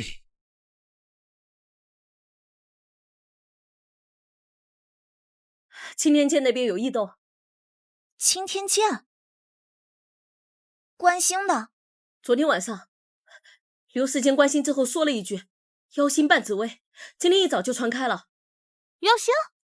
说完，那没指名道姓，但说在东南方向，我们侯府就在京城的东南方向。这招太歹毒了，妖星祸国，可能是杀头的罪名。太子急了，已经学会用玄学攻击了。这一下怎么应对啊？那就用玄学对玄学，展开讲讲。他能找青天剑的副职，那咱们就不能找青天剑的正职吗？那个鉴真大人是陛下的心腹，而且为人刚正，从来都不参与党争。从不参与党争，但总要讲事实的吧？如果监正大人亲自关心，得出不同的结论呢？可是如何能让这个监正大人亲自关心呢？锦伟自有妙计。奇怪呀，大人，有何不妥？紫微星旁确有一星，但并非暗星，反而清正温顺，此乃辅星，主女子忠义护国。可刘世坚说，他说的不对，传令下去，明日老夫要面圣。陛下，臣昨日观星，见紫微星旁现辅星，清亮温润，此乃大吉之兆也。哦，刘世坚不是说有妖星吗？哈哈，刘世坚年事已高，眼力不济，看错了。辅星主忠义女子护国，应该在东南方向。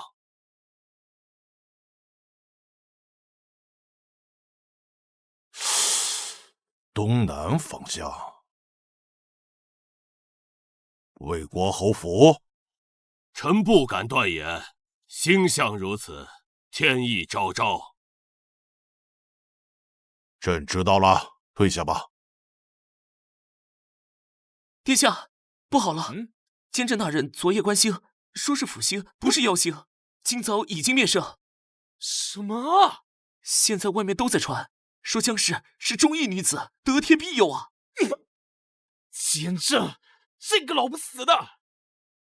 殿下，圣旨到。太子接旨。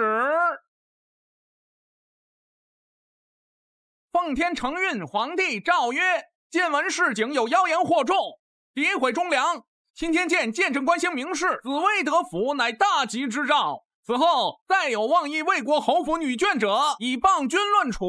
钦此。儿臣领旨。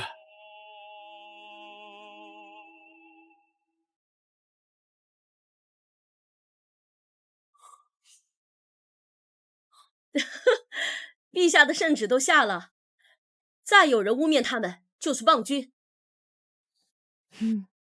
陛下这是在敲打他们。可是，监正大人为什么帮我们？不是在帮我们，是说真话。而且我猜已经有人给他递了话。谁啊？成王或者大皇子，他们可不会错过这个敲打太子的好机会。看来你们是有点运气在身上的，不愧是我给你们开了锦鲤特效，现在把666打在公屏上。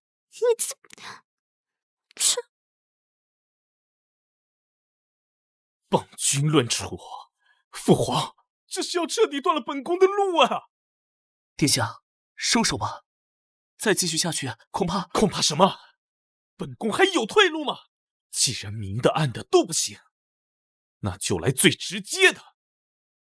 殿下的意思是？本宫听说北境黑狼部的人还在京城。殿下，您要勾结外族？不是勾结，是利用。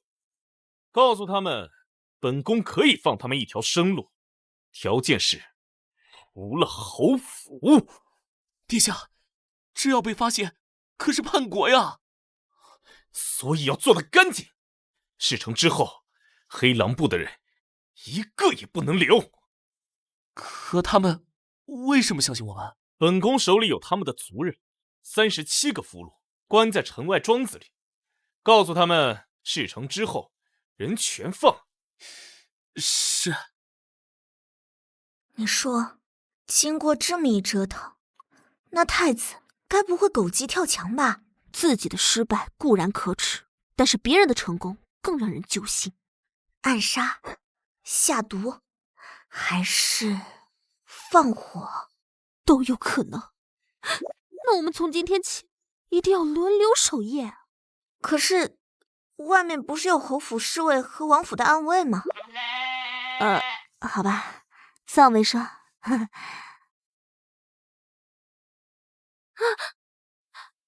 有人，几个？10来个。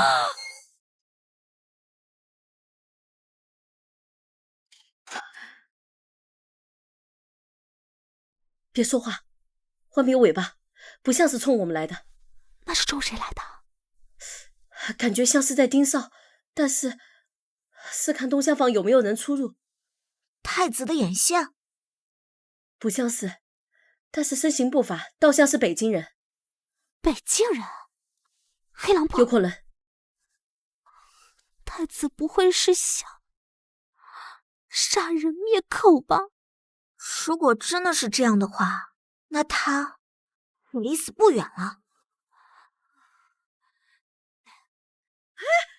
江姑娘，锦书，锦书，醒醒，锦书！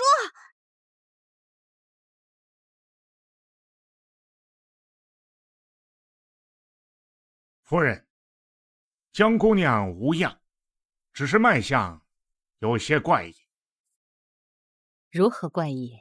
姑娘的脉象虚浮不定，时有时无啊。什么意思？下官不敢妄言，但是行医多年，此等脉象在民间称为鬼胎、妖胎。太医，您上次诊脉还未有孕，怎么本次会有妖胎脉象？这妖胎或鬼胎不需要同房，只要妖物入梦，妖胎暗结，便会在脉象上体现不可。你这个庸医，少在这妖言惑众的。我只是一时睡眠不好，导致气血虚而已。说，太子给你多少钱？夫人明鉴，下官只是实话实说罢了。哼，我看你是人老实话不多，再敢撒一句谎，一刀嘎了你！锦书，你们先回房间。夫人，我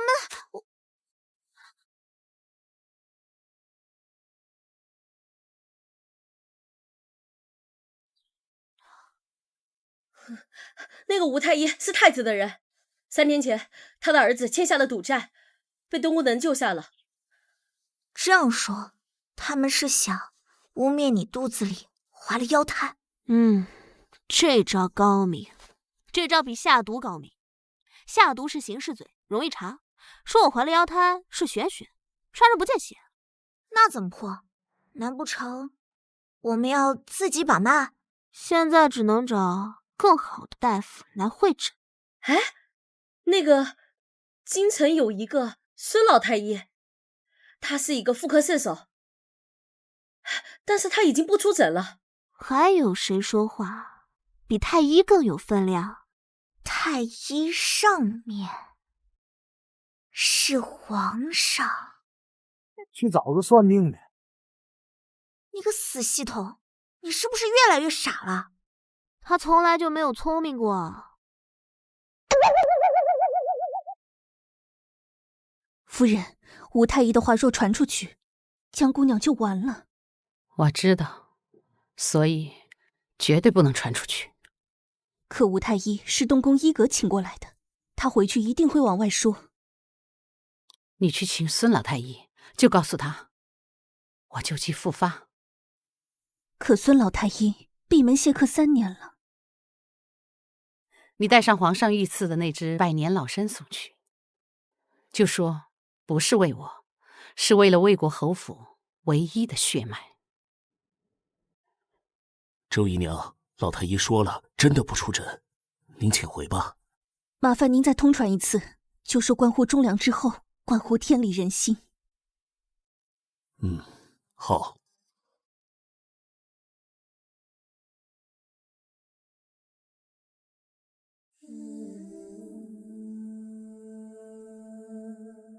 这一杯寂寞的酒，老太医，请您进去说话。恍惚间那些温。老太医，实不相瞒，不是夫人病了，是府里一位姑娘被诊出腰胎之症。腰胎？是哪位庸医说的？太医院的武太医。武有德？那个告巴结东宫上位的废物？正是，夫人想请您过府会诊，还姑娘一个清白。老夫凭什么管这些事儿？因为诊脉的姑娘是魏国侯世子的救命恩人。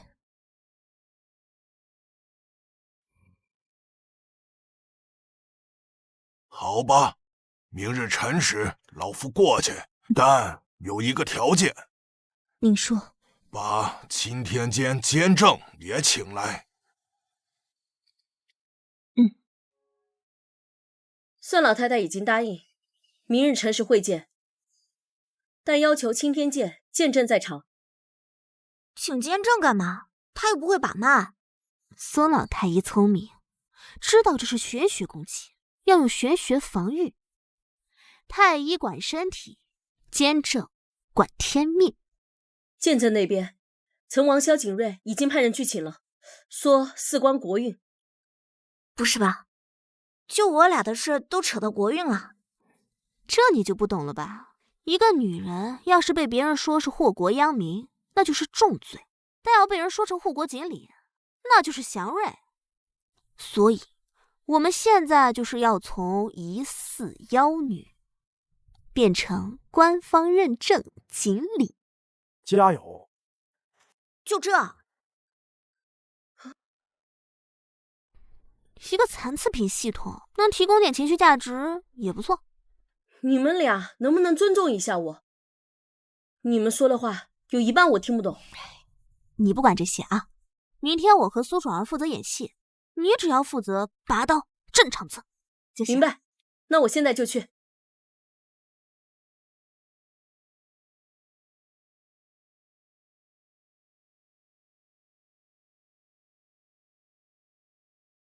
吴太医啊，你说这是瑶胎之脉？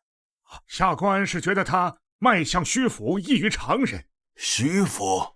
哼！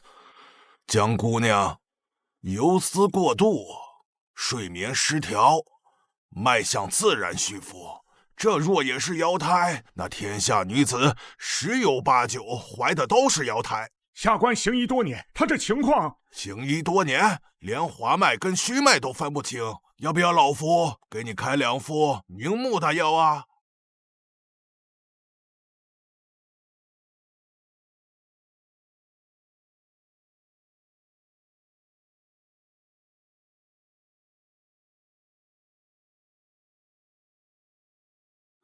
孙老说的不错，老夫看江姑娘周身气息清正平和，并无邪祟。倒是这位太医身上带着一股浊气，怕是近日接触了什么不干净的东西吧？监正大人，你怎敢血口喷人呢？息怒，老夫只是观气直言，你若心中无愧，慌什么？夫人，江姑娘脉象虽有虚浮，但根基稳固，待老夫开2副药，静养即可。多谢二位，有劳。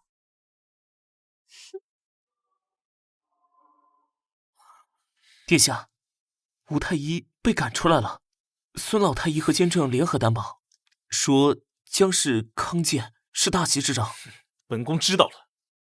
那黑狼部那边，照计划进行。可如今侯府守卫森严，本宫要的就是守卫森严。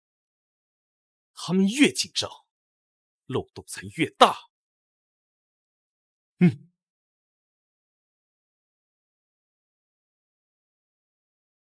黑狼部的人已经混进京城了，一共20人，围绕在侯府周围的3条街内。什么时候动手？应该就是今晚。但是他们很奇怪，都没有带重兵器，只带了短刀跟绳索。看来不是来强攻的。那来干嘛？放火，或者制造混乱，趁乱抓人。来了一堆反派，你们还是快跑吧，我也可以把你们带回去。你不要泼冷水。怕不是心疼他那1、2两黄金吧？哎，陈烨，府内能调动的护卫有多少？明卫36，暗卫12。但是他们都是北境的精锐部队，要是真打起来，不用打，让他们进来就行。有什么办法？还记得我们擒获一阵风那天，老赵带人设的陷阱吗？记得。让老赵带人在围墙外多设几处，不用伤人，只要绊住、困住就行。然后呢？然后报官。可是金兆尹会信吗？只要抓到人，由不得他们信。就在这儿，翻过去就是西厢后院，上！好，哎呀！杀！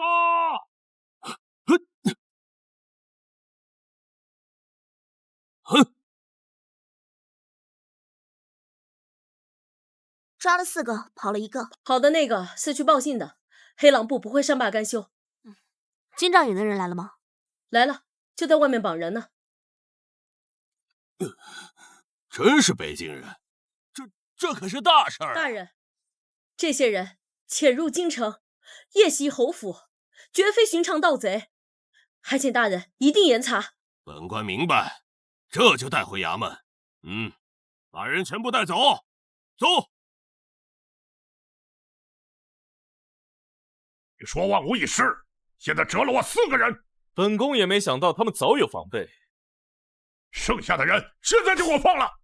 事没办成，凭什么放？你反悔！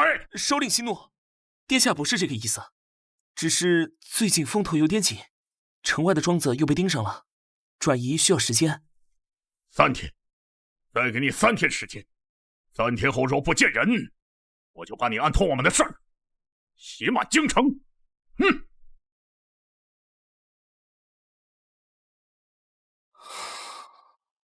殿下，现在怎么办？黑狼部已经不可控了。去找新的刀。太子最近很狼狈啊，连番失利，狗急跳墙，连北境蛮族都勾结上。那2位姑娘倒是越来越有意思了。殿下想拉拢他吗？不是拉拢，是合作。他们需要靠山，我需要让太子更狼狈一些。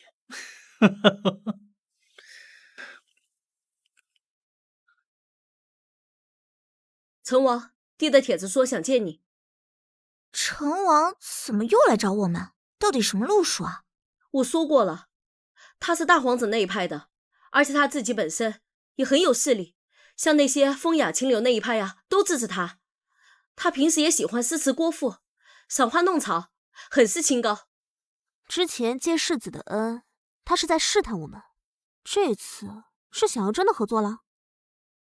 他没明说，但是暗示了可以帮你们对付太子。但是你们得帮他让太子丢人。让太子丢人？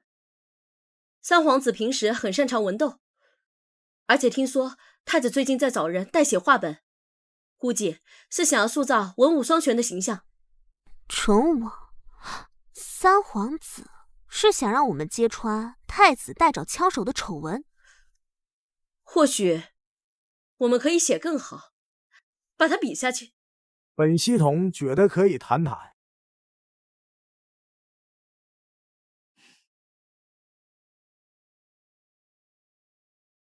二位姑娘请。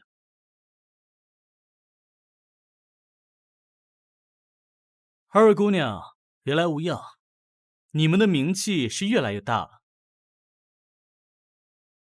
殿下客气。开门见山吧。太子最近在找人代写一本风誉四海，吹嘘自己的文治武功，我想请江姑娘写一本更好的。我们凭什么帮你啊？您找我算是找对人了。我写的画本子，让你买不了吃亏，买不了上当，包你满意。江姑娘爽快，我可以保证，太子从此以后再也无法用官方手段对付你们。润笔费500两。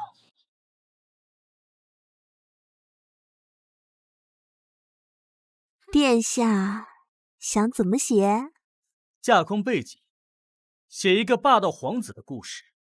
我要他看起来幼稚、可笑，装模作样，读者一看就知道原型是谁。发售渠道呢？京城7家最大书肆同时发售，全城说书先生同步开讲。你这么做就不怕太子报复你啊？他敢动文人墨客的口舌，清流们就敢在朝堂上骂死他。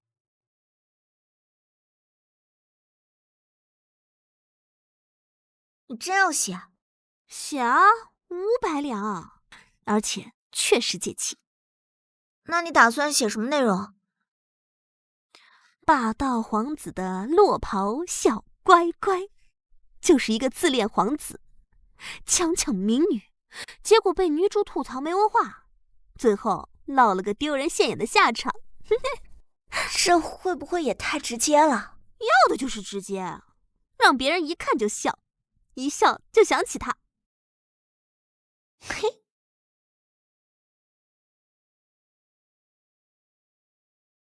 殿下，三皇子最近好像有所准备。他有准备，无非就是找几个文人写文章骂本宫。这次好像不太一样，他找了京城的几大书商。书商？本宫的画本《龙驭四海》写到第几回了？第3回。枪手说还有10天才能完成。催他，5天内必须给我写完。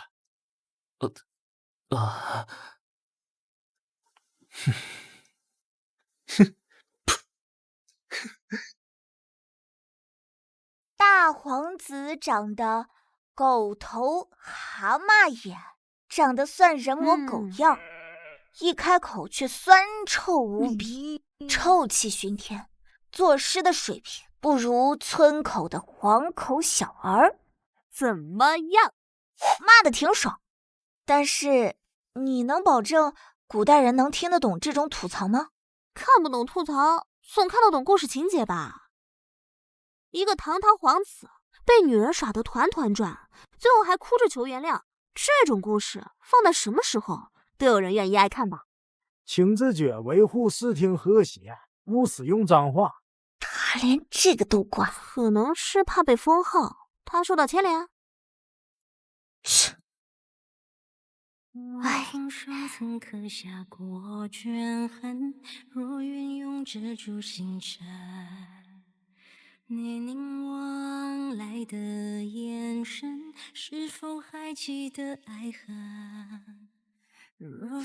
唉，终于把第1回写完了，明天就交给三皇子，那位城府很深的成王。唉，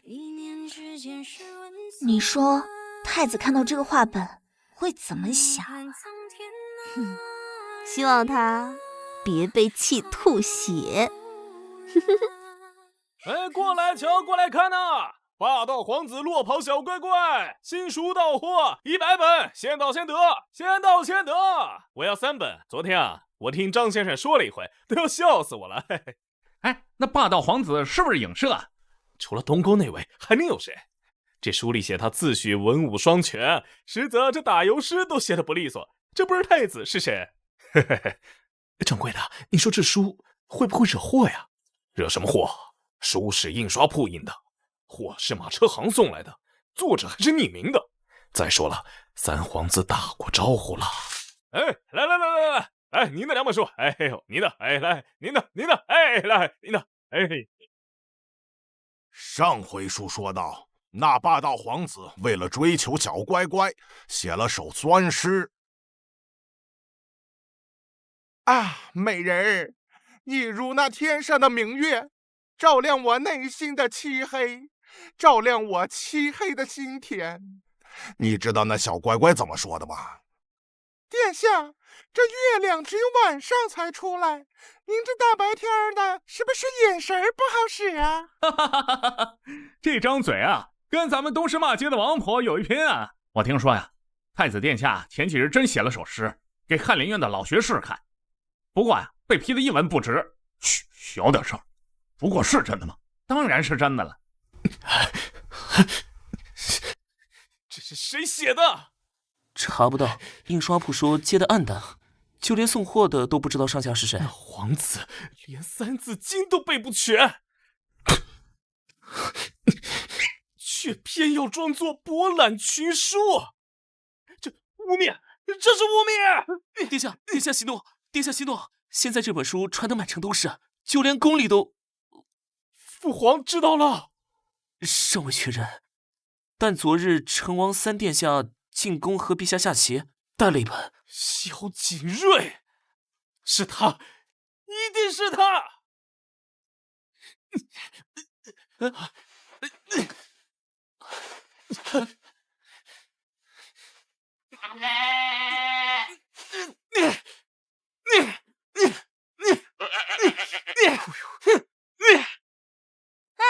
来，父老乡亲们，我们瞧一瞧，看一看。今天呢，就由我来为大家免费说书。我们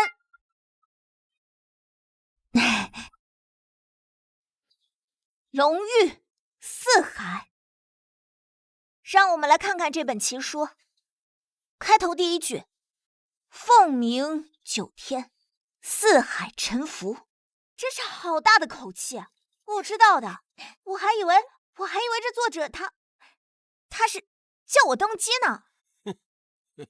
我们再来看这一段，男主呢为了救女主，一人独闯敌营，杀呀杀，杀了整整300敌军，300人呐！这是敌人没长腿，不会跑，排队等着砍，还是敌人都是稻草人啊？真是撒谎不知道打草稿。你们以为这就是最绝的吗？ No， 最绝的还属这个。女主中毒，命在旦夕，男主为救女主，用嘴给她喂药，真是……这书里面都已经讲了，大夫说过了，这毒见血封喉，男主还要用嘴给他喂药。我看呀，这男主他是很深情，还是他嫌命太长想殉情？都不是，这只能说明男主啊是个大聪明。这话在理，那书我也看了，简直就是漏洞百出嘛。苏姑娘今日在西市当众评书，效果极好，现在满京城的人都知道。太子的话本写得烂，火上浇油，干得不错。太子什么反应啊？据说气吐了一口血，叫了太医。才吐1口不够，让书子加印1000本，价格减半。我要让这本书人手一册。那是。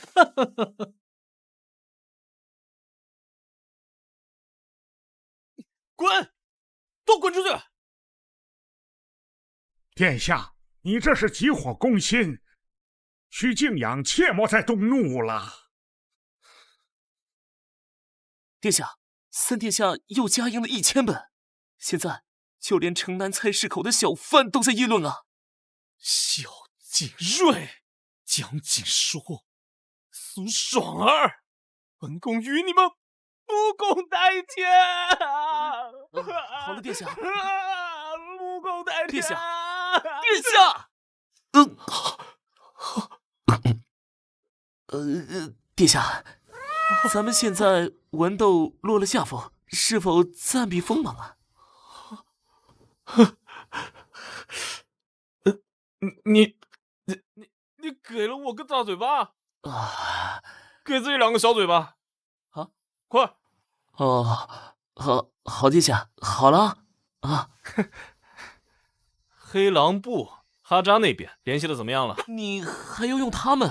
本宫要他们，不管用什么方法，让那2个女的消失。可扎克要求放人了。放，明天就放，快去办。哎，是，快去！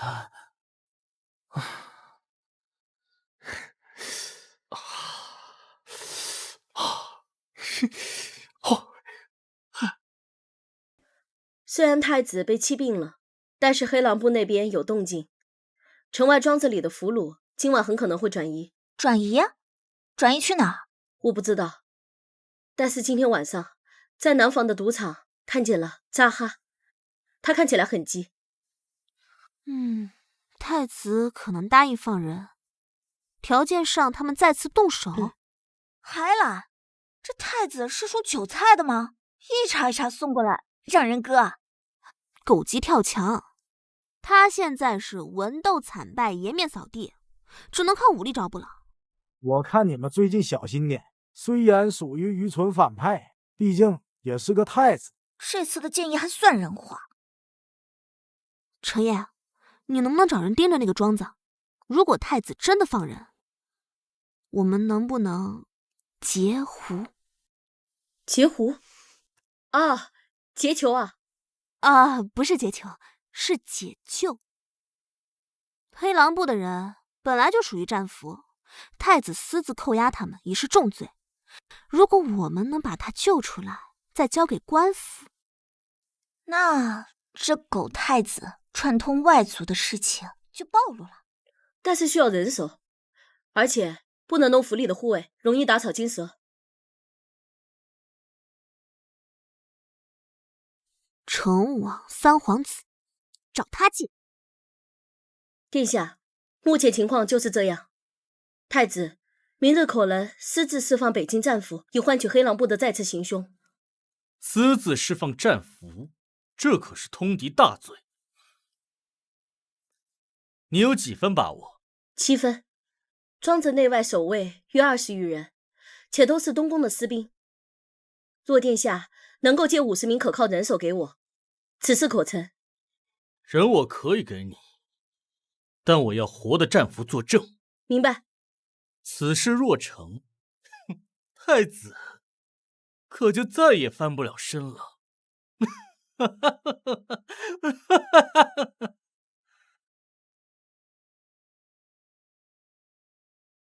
程烨去借兵了，你说三皇子会答应吗？会的，这是扳倒太子的好机会，他不会放过。那接下来我们该怎么做？等。还有，把霸道皇子的落跑小乖乖最后一回写完。你还有心思写这个？有啊，结局我都想好了。霸道皇子阴谋败露，众叛亲离，最后被关进了宗人府。你说这算不算预言？算咒他平安。走，看看金主去。重大事件战俘营行动预载中，本系统将提供精神支持。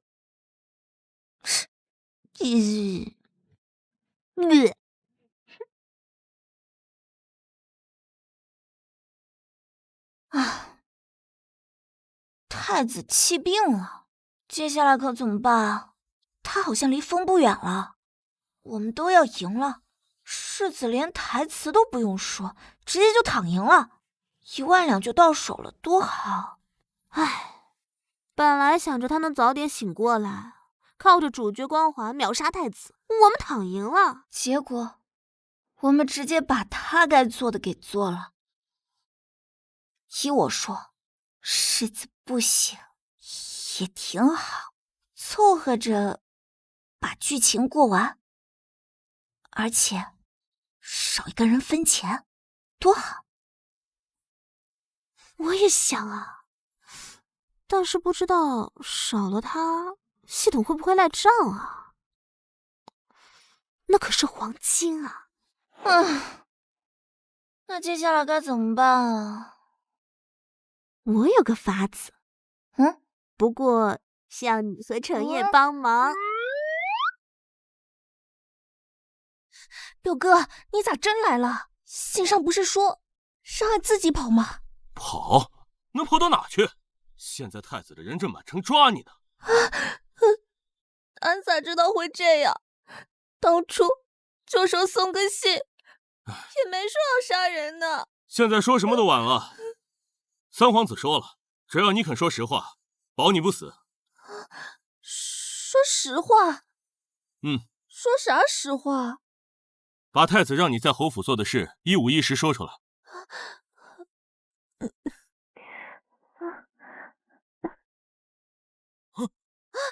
张翠花，让你闭嘴，你却多嘴。表哥，你们是谁的人？送你们上路的人。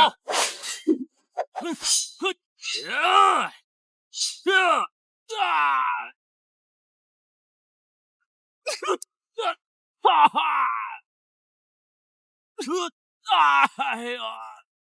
欺负女神？苏姑娘，你怎么了？程烨让我来的，说今晚这里有人要灭口，就是他吗？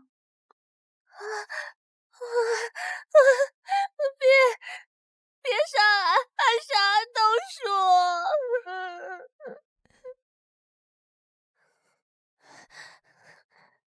慢慢说，太子让你在侯府做什么？最开始就是传话，把府里的事告诉外面的人。比如说，比如，夫人见了谁？常侍卫啥时候出门？苏小姐，你身体怎么样？还有，太子让俺找一个账本。账本？蓝皮封面的，挺厚一本。太子说找到了，带回去给俺1000两黄金。那你找到了吗？没，俺连世子的书房都没进去过。那你是怎么暴露的？俺多要了1次赏钱。太子觉得俺贪心，就想灭口。那除了账本，你还知道太子其他什么秘密吗？太子那画本不是他自己写的。我们知道他找了枪手。不止，枪手是城南的一个落地秀才，姓孙。太子每月给他20两银子，写好了太子再抄一遍。还有吗？还有，太子在府里挖了通密道。密道通向哪儿？通城外。俺帮着给运过东西，好像是兵器，还有账本。太子贪了纸和银子的账本，藏在书房的地道里。俺表哥说的。这些话你敢去官府说吗？俺现在还有退路吗？张翠花的供词都在这。枪手密道，私藏兵器，他木何款？很好，但这些还不够，我们需要物证。可是账本和密道都在东宫，很难拿到。那就等太子自己把证据送出来。殿下是指？城外庄子、战俘，只要他敢放人，那就是通敌铁证。到时候搜查东宫，名正言顺。程烨又要去冒险。账本必须要拿到，这是太子贪腐的证据，比他贪腐的罪更值钱。可是实在是太危险了，所以我们要帮忙。怎么帮？制造点动静，吸引东宫守卫的注意力。系统提示：风险很高，黄金确实好，也得有命花。我不怕，大不了你就发挥一下，把我们都送回去。没有黄金我也认了。放心，锦鲤在此。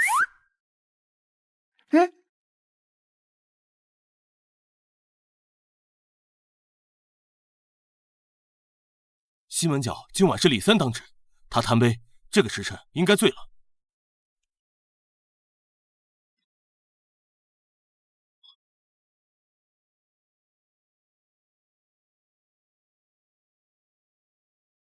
等他们过去，书房在东跨院，要过3道门。走小路。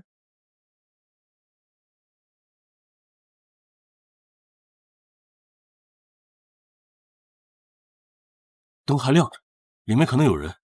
什么人？这个时候还在书房？不知道。走水了，西院走水了，你在守着，回去看看。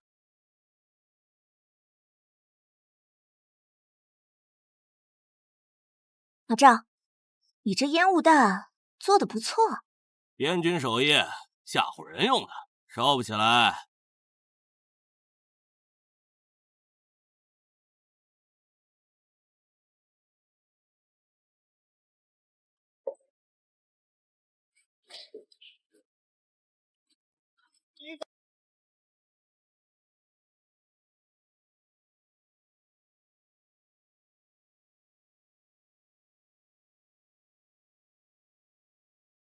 暗格通常在书架后或者地砖下。张翠花说，在麒麟图后面。啊？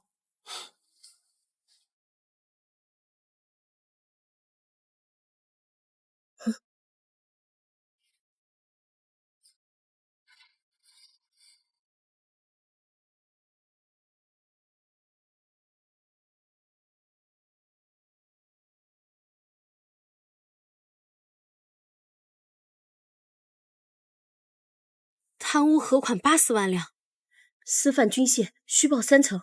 密道入口呢？张翠花说，在书房的屏风后面。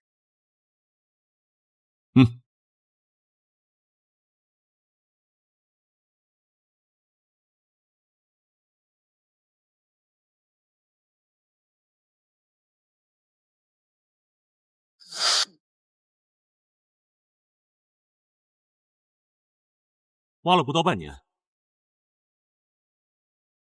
出口应该在城外。那我们还进去吗？记住位置，再回去禀报，时间不够。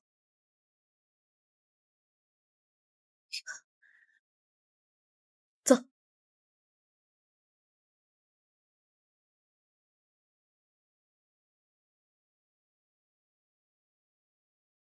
80万两合公款，江南3府的堤坝就是这么垮的。这些够定太子的死罪了吧？够他死10次。至于陛下会不会让他死，难说。明天3皇子进宫弹劾，把这些东西交给秦夫人，由侯府呈上。获得关键物证：太子罪证账册，反派覆灭进度更新95%。备注：最后5%需要陛下下旨。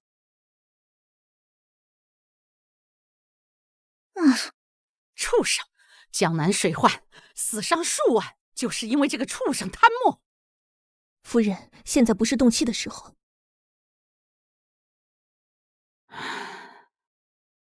程烨，你做得很好，我会将这些账本送到王侍郎府上，他是刑部侍郎，自然知道会该怎么做。是。殿下，昨夜书房失窃，账册不见了。什么？而且庄子里传来消息，战俘被劫走了。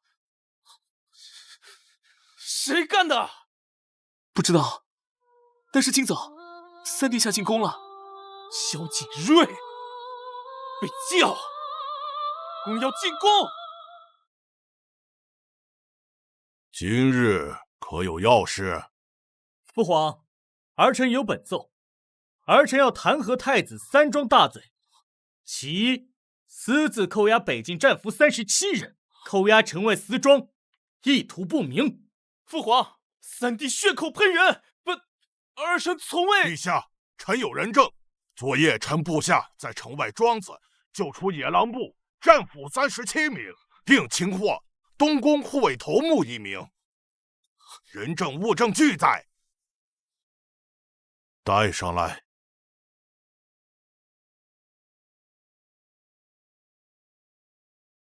太子关我们，说让我们帮他杀人，就放了我们。是太子下令让黑狼部去屠侯府东乡。太子，你有何话讲？父皇，污蔑！这定是有人收买他们，构陷儿臣。其二，太子私挖密道，自东宫直通城外，私藏兵器甲胄，远超规制。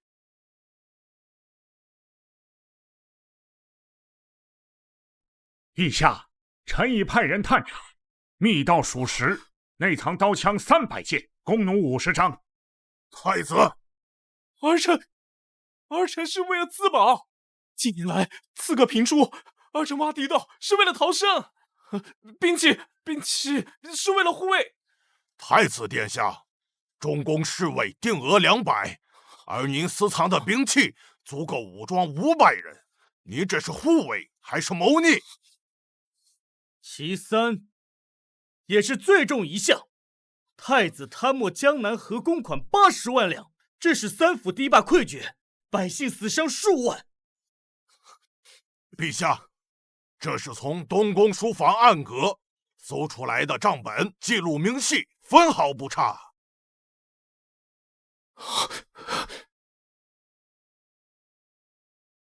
80万两，80万两。假的，真的是假的。儿臣的笔记是被模仿的。笔记可以模仿，印章呢？啊？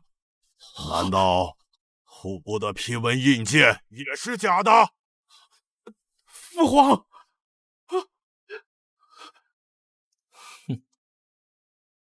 哎呀，父皇要本宫闭门思过，等候发落。殿下，我们还没到绝路呢，我们还有什么机会啊？人证物证都在他们手里，本宫完蛋了，你懂吗？完蛋了！殿下，我们还有最后一招。什么？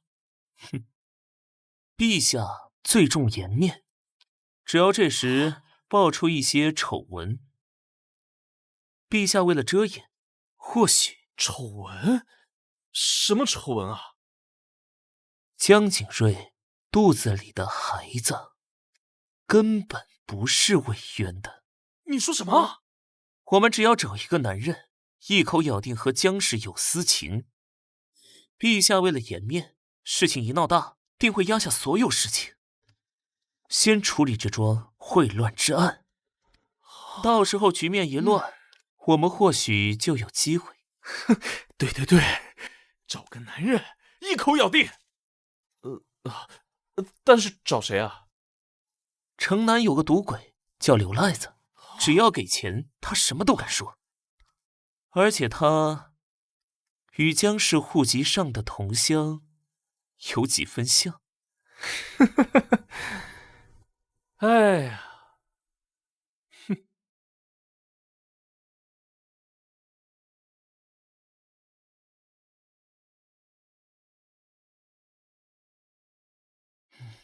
，500两，就让我说睡了那娘们儿。对，你还得说的真切，要有细节。比如，他左腰上有红痣，左肩有伤。但我真没见过他呀。我告诉你怎么说，记住了，你是他同乡，青梅竹马，在他进京之前就与他有染。懂了，啥时候去呢？明天一早。去京兆尹府衙门击鼓鸣冤。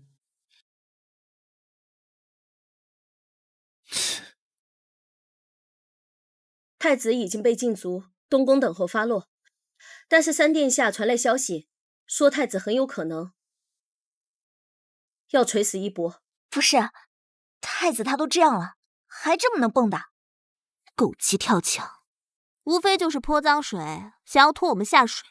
三皇子说，太子很有可能要给你伪造一个奸夫。伪造奸夫？这么下流？意料之中。需要我去帮你处理掉那个奸夫吗？不用，让他来。你疯了？那你这不是等着他污蔑你吗？只有他来了，我们才有机会反杀。程砚，你去查查那个叫刘赖子的地信，赌鬼是吧？那他肯定有一屁股的债和无数的仇家。好。废太子为成郡王，封三皇子萧景睿为太子，钦此。江景说：“苏爽儿，本宫就算死，也要拉你们垫背。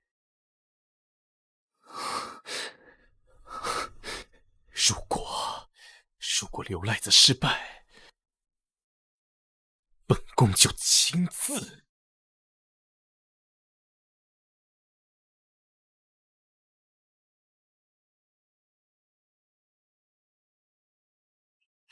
程月查到了，那个人叫刘赖子，欠了赌债300两，上周刚被赌方打手打断了一根肋骨。他有什么家人吗？他有一个母亲瘫痪在床，还有一个妹妹在绣坊做工。他如果明天真的去告状，那我们再请2个人，他母亲和妹妹，再请个大夫给他母亲治病。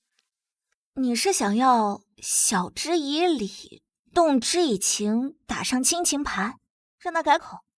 这样会不会太传统了？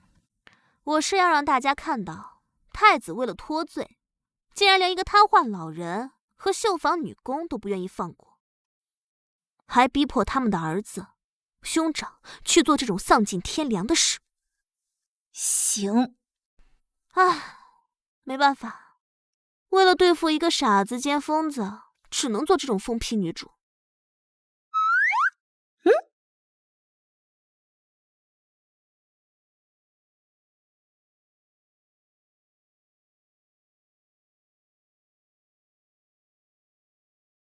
你这个不争气的玩意儿，你怎么能做这种丧尽天良的事？刘赖子说他妈妈的紧，不敢去。啊！刘赖子那个废物！本宫还剩多少人？殿下，现在风声太紧，三殿下和侯府……本宫就问你还有多少人？侯府外围还有个埋了5年的暗桩，是西角门的马夫老钱。另外还有御膳房的远房表亲。够了，让老钱做件事。啊！放火！放火！烧东香呀！啊！哎呀，不用烧死人，只要一起火就能制造混乱。这一乱，本宫在侯府安排的人就能趁机动手。可是东乡守卫森严，所以才要放火呀。这火一起，都去救火，守卫必定有空隙。哼，这是最后的机会。哎，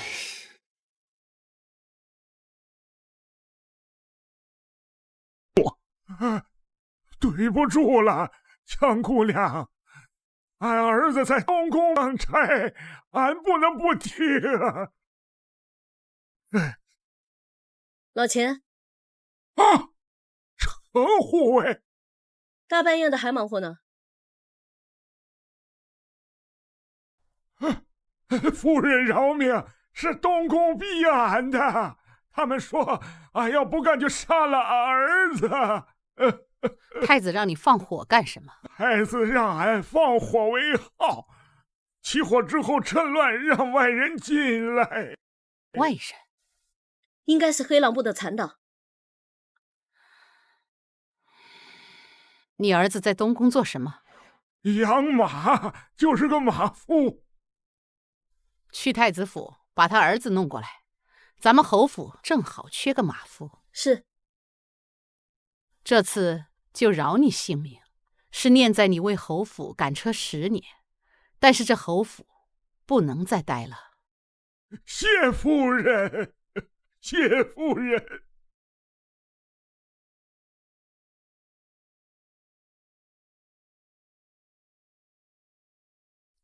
表小姐，夫人请您过去一趟。怎么？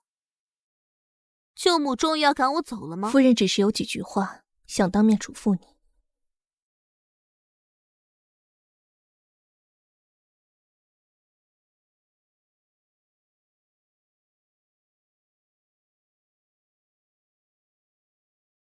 月如，你可知府上又抓了一个奸细？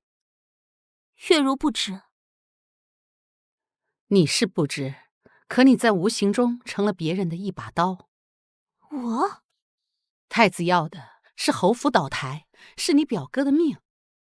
他们对付江景书和苏爽儿，只不过是在唱戏。至于你帮别人唱了什么戏，我已经不想追究你，也失去了意义。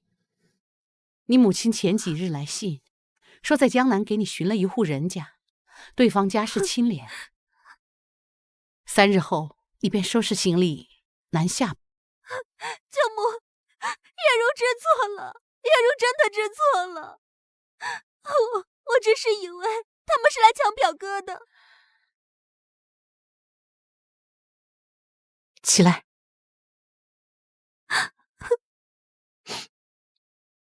女子在世，眼界岂能困于后宅？以后好好过日子。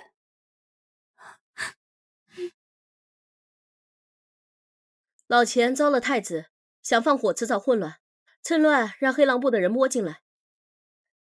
那就让他们来。你就这么盼着他们来？来了，才能一网打尽。殿下，老钱失联了。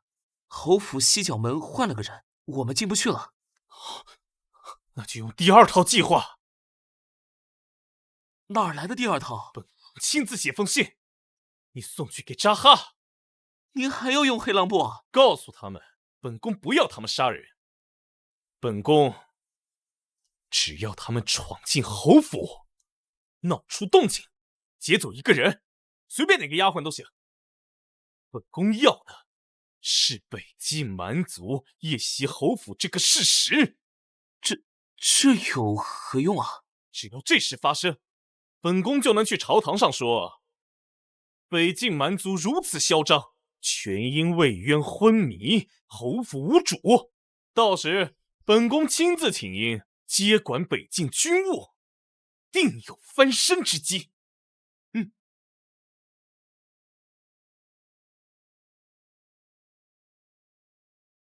几个人弄出动静就行。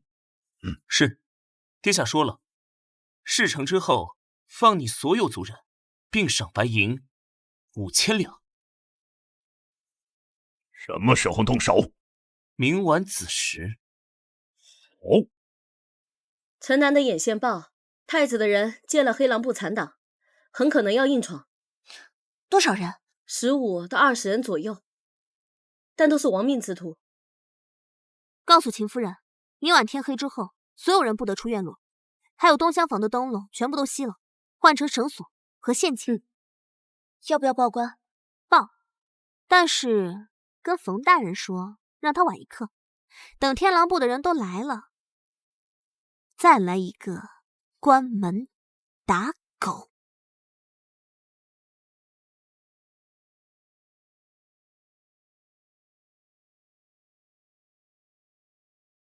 大胆匪徒，敢夜袭侯府，给本官拿下！殿下，殿下，殿下，殿下，殿下！黑狼部全军覆没，扎哈被生擒了。又失败了。奉上说已经进宫，怕是要奏报陛下。好啊，既然这样，就用最后一招。殿下还有什么剑？绑架！给我把江景书给我绑了！哎，不是伪装成山匪，是真的绑。绑了之后，逼萧景睿用太子之位来换。殿下，请您三思呀！这是谋逆呀！而且这个江景书对这个萧景睿也没那么重要吧？本宫都谋逆多少回了，不差这一回了。我，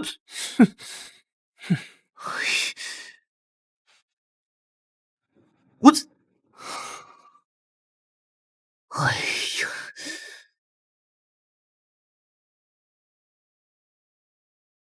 东西准备好了？都准备好了。迷药、麻袋、马车都在城外十里坡。江景书每月初一去城外白云寺上香，明日就是初一，你们在寺后竹林动手。是，殿下。若失手，不会失手。寺里只有城王的几个护卫，你们内外20人，还拿不下一个女子。白云寺那边已经安排好了，城王三殿下明日午时也会去，寺内外都会有他的人。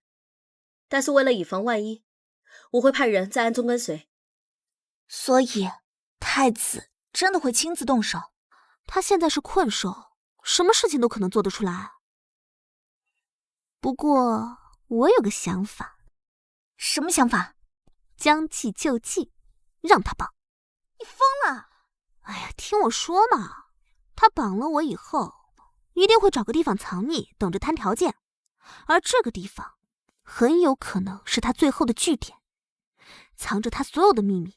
不行，这太危险了，万一太子真的疯了呢？所以要你们跟着嘛。但也不能跟太紧了。等他到了地方，就一网打尽。就算你再是锦鲤，但只要有一个万一，你被抓去做成鱼头汤怎么办？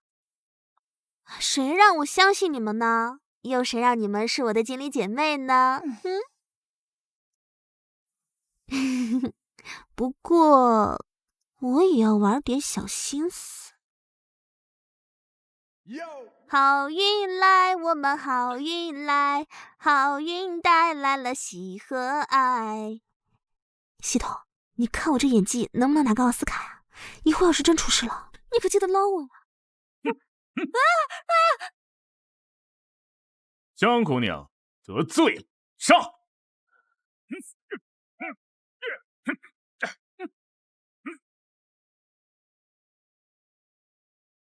他们果然动手了。跟上去，保持距离，别被发现。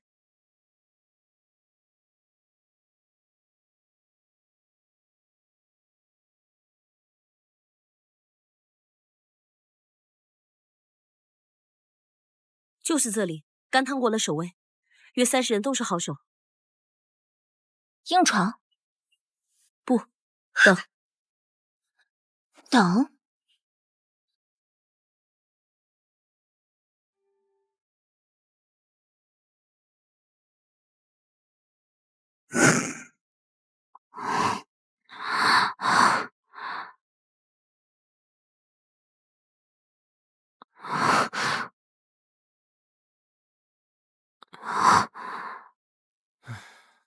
江姑娘醒了。这是哪里啊？本宫的一处私产，连父皇都不知道，委屈姑娘暂住几日。想要拿我换什么？当然是我的太子之位啊！你是不是嘚儿啊你？谁会拿这个位置来换我呀？再说了，那皇帝老子你能同意吗？废话，我生来就是太子啊！我拿回我的位置有什么不对啊？你个山炮！就你丢撞那个浆糊脑袋，活该你个蠢货丢了太子位置。萧景睿若不肯，本宫就带你一起下地狱。不过，本宫真的想看看，萧景睿到了乱葬岗准备换你的时候，发现只有一封嘲弄他的信，他那表情会是什么样？怎么回事？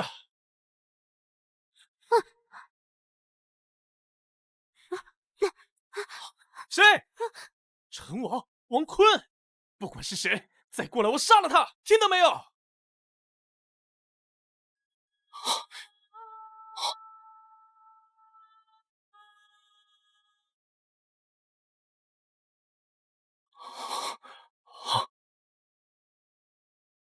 萧简明，放了江景书。魏渊，你醒了？怎么可能？哼，真不好意思，让你失望了。哎，你别过来！我真杀了他！我操，真让我捞到英雄救美的体验了，值了，世子，我回去一定再给你写个牛上天的新本子。江景明，你敢动他一下，有没有想过你的下场？现在外面全是侯府的人，陈王3殿下的人马也在路上，今日插翅难飞了。那又怎样？杀了他，也该痛彻心扉吧？你个丢转了的驴，哪儿看出来魏渊是个恋爱脑了？你可以试试，不过我提醒你，在御书房藏毒的那个暗格，今早已被陛下清除了。你想嫁祸给大皇子的事，陛下也已全都知道了。不可能！本宫不是忤逆的不孝子。太子殿下，你再好好想想，你就算现在杀了我解了恨，你再夺回你的太子之位，那皇上还能信你吗？朝臣能服你吗？本宫拿回属于本宫的东西，有什么错？拿回什么？权力还是尊严？都是，全都是。本宫生来就是太子，凭什么被你们2个来路不明的女人给毁了？你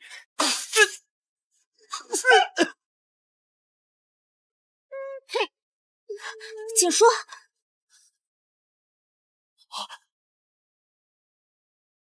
世子，原来你武功这么好啊！你刚那招帅炸了！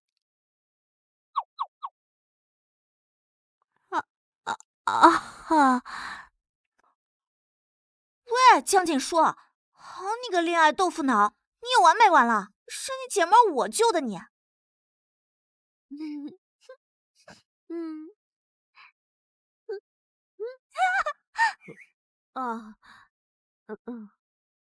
那你就说效果好不好吧？刚刚太子是不是吓了一跳？然后让他破绽百出。也是为难你了哈。身子刚刚好，应该还虚着吧？你现在感觉怎么样？你的心可真够大的，万一要是出点什么意外怎么办？我才不会怕呢，我们可是锦鲤姐妹。还有你，咱们也是过命的交情了。嘿嘿嘿。不过谢谢你啊。不必，是你们救了我，又因为我受累，我尽我能力的帮忙是理所应当的。不止这些，还有山神庙那些。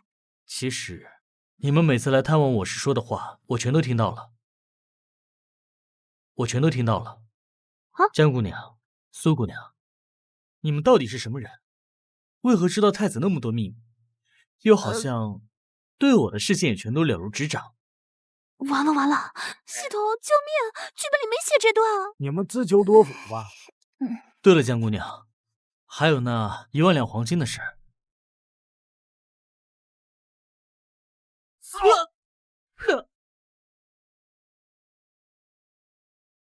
又晕了。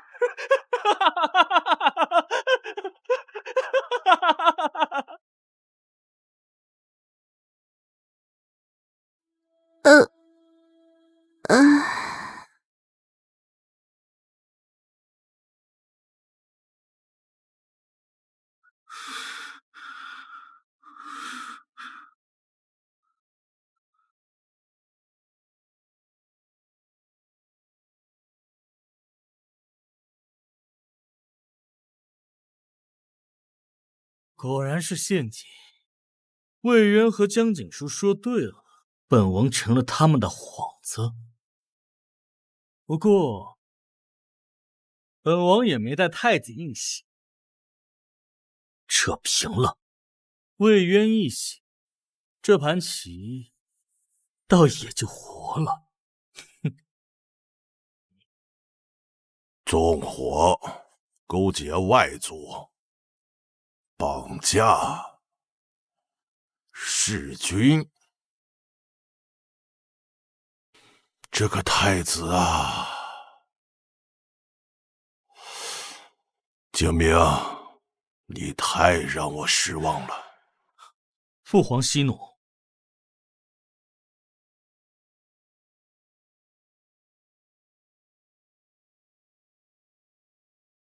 你指吧。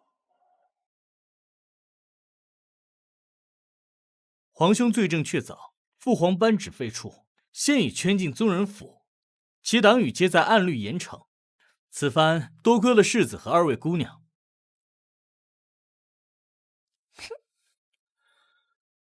那个世子再度沉睡，也算是不幸中的万幸，想必很快就会醒过来。秦夫人，您不必太过担心，太医不是说了吗？只是睡得沉了些，并无大碍。大概是刚刚苏醒，却又经此大事累到……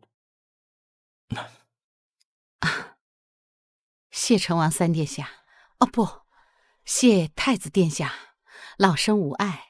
太子殿下运筹帷幄，我侯府只是顺势而为，只是苦了世子，还有2位姑娘。刚刚明晰2位姑娘的搭救之恩，现在又要等她醒来，才能兑现承诺。还望2位姑娘在府上多住些时日才好。夫人言重了，应该是我们叨扰了才对。眼下的大事终于结束了，这不是好事吗？结束了吗？可我怎么觉得好像才刚刚开始。同感，太子虽处，残党难尽。2位作为世子的重要证人和救命恩人，若不嫌弃的话，本王有一处闲宅，可赠与2位姑娘。任务完成，奖励京城载体1座，奖励黄金9000两。系统，你做人不地道，说好的1万两呢？就是，这是我们千辛万苦、玩命完成的任务。算，做不明白。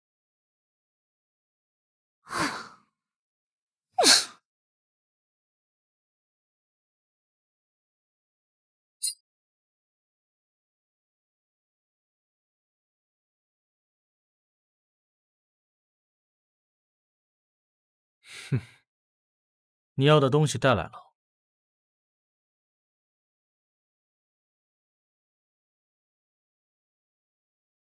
本宫在地狱等你们！二哥，那够了吧？该干正事了。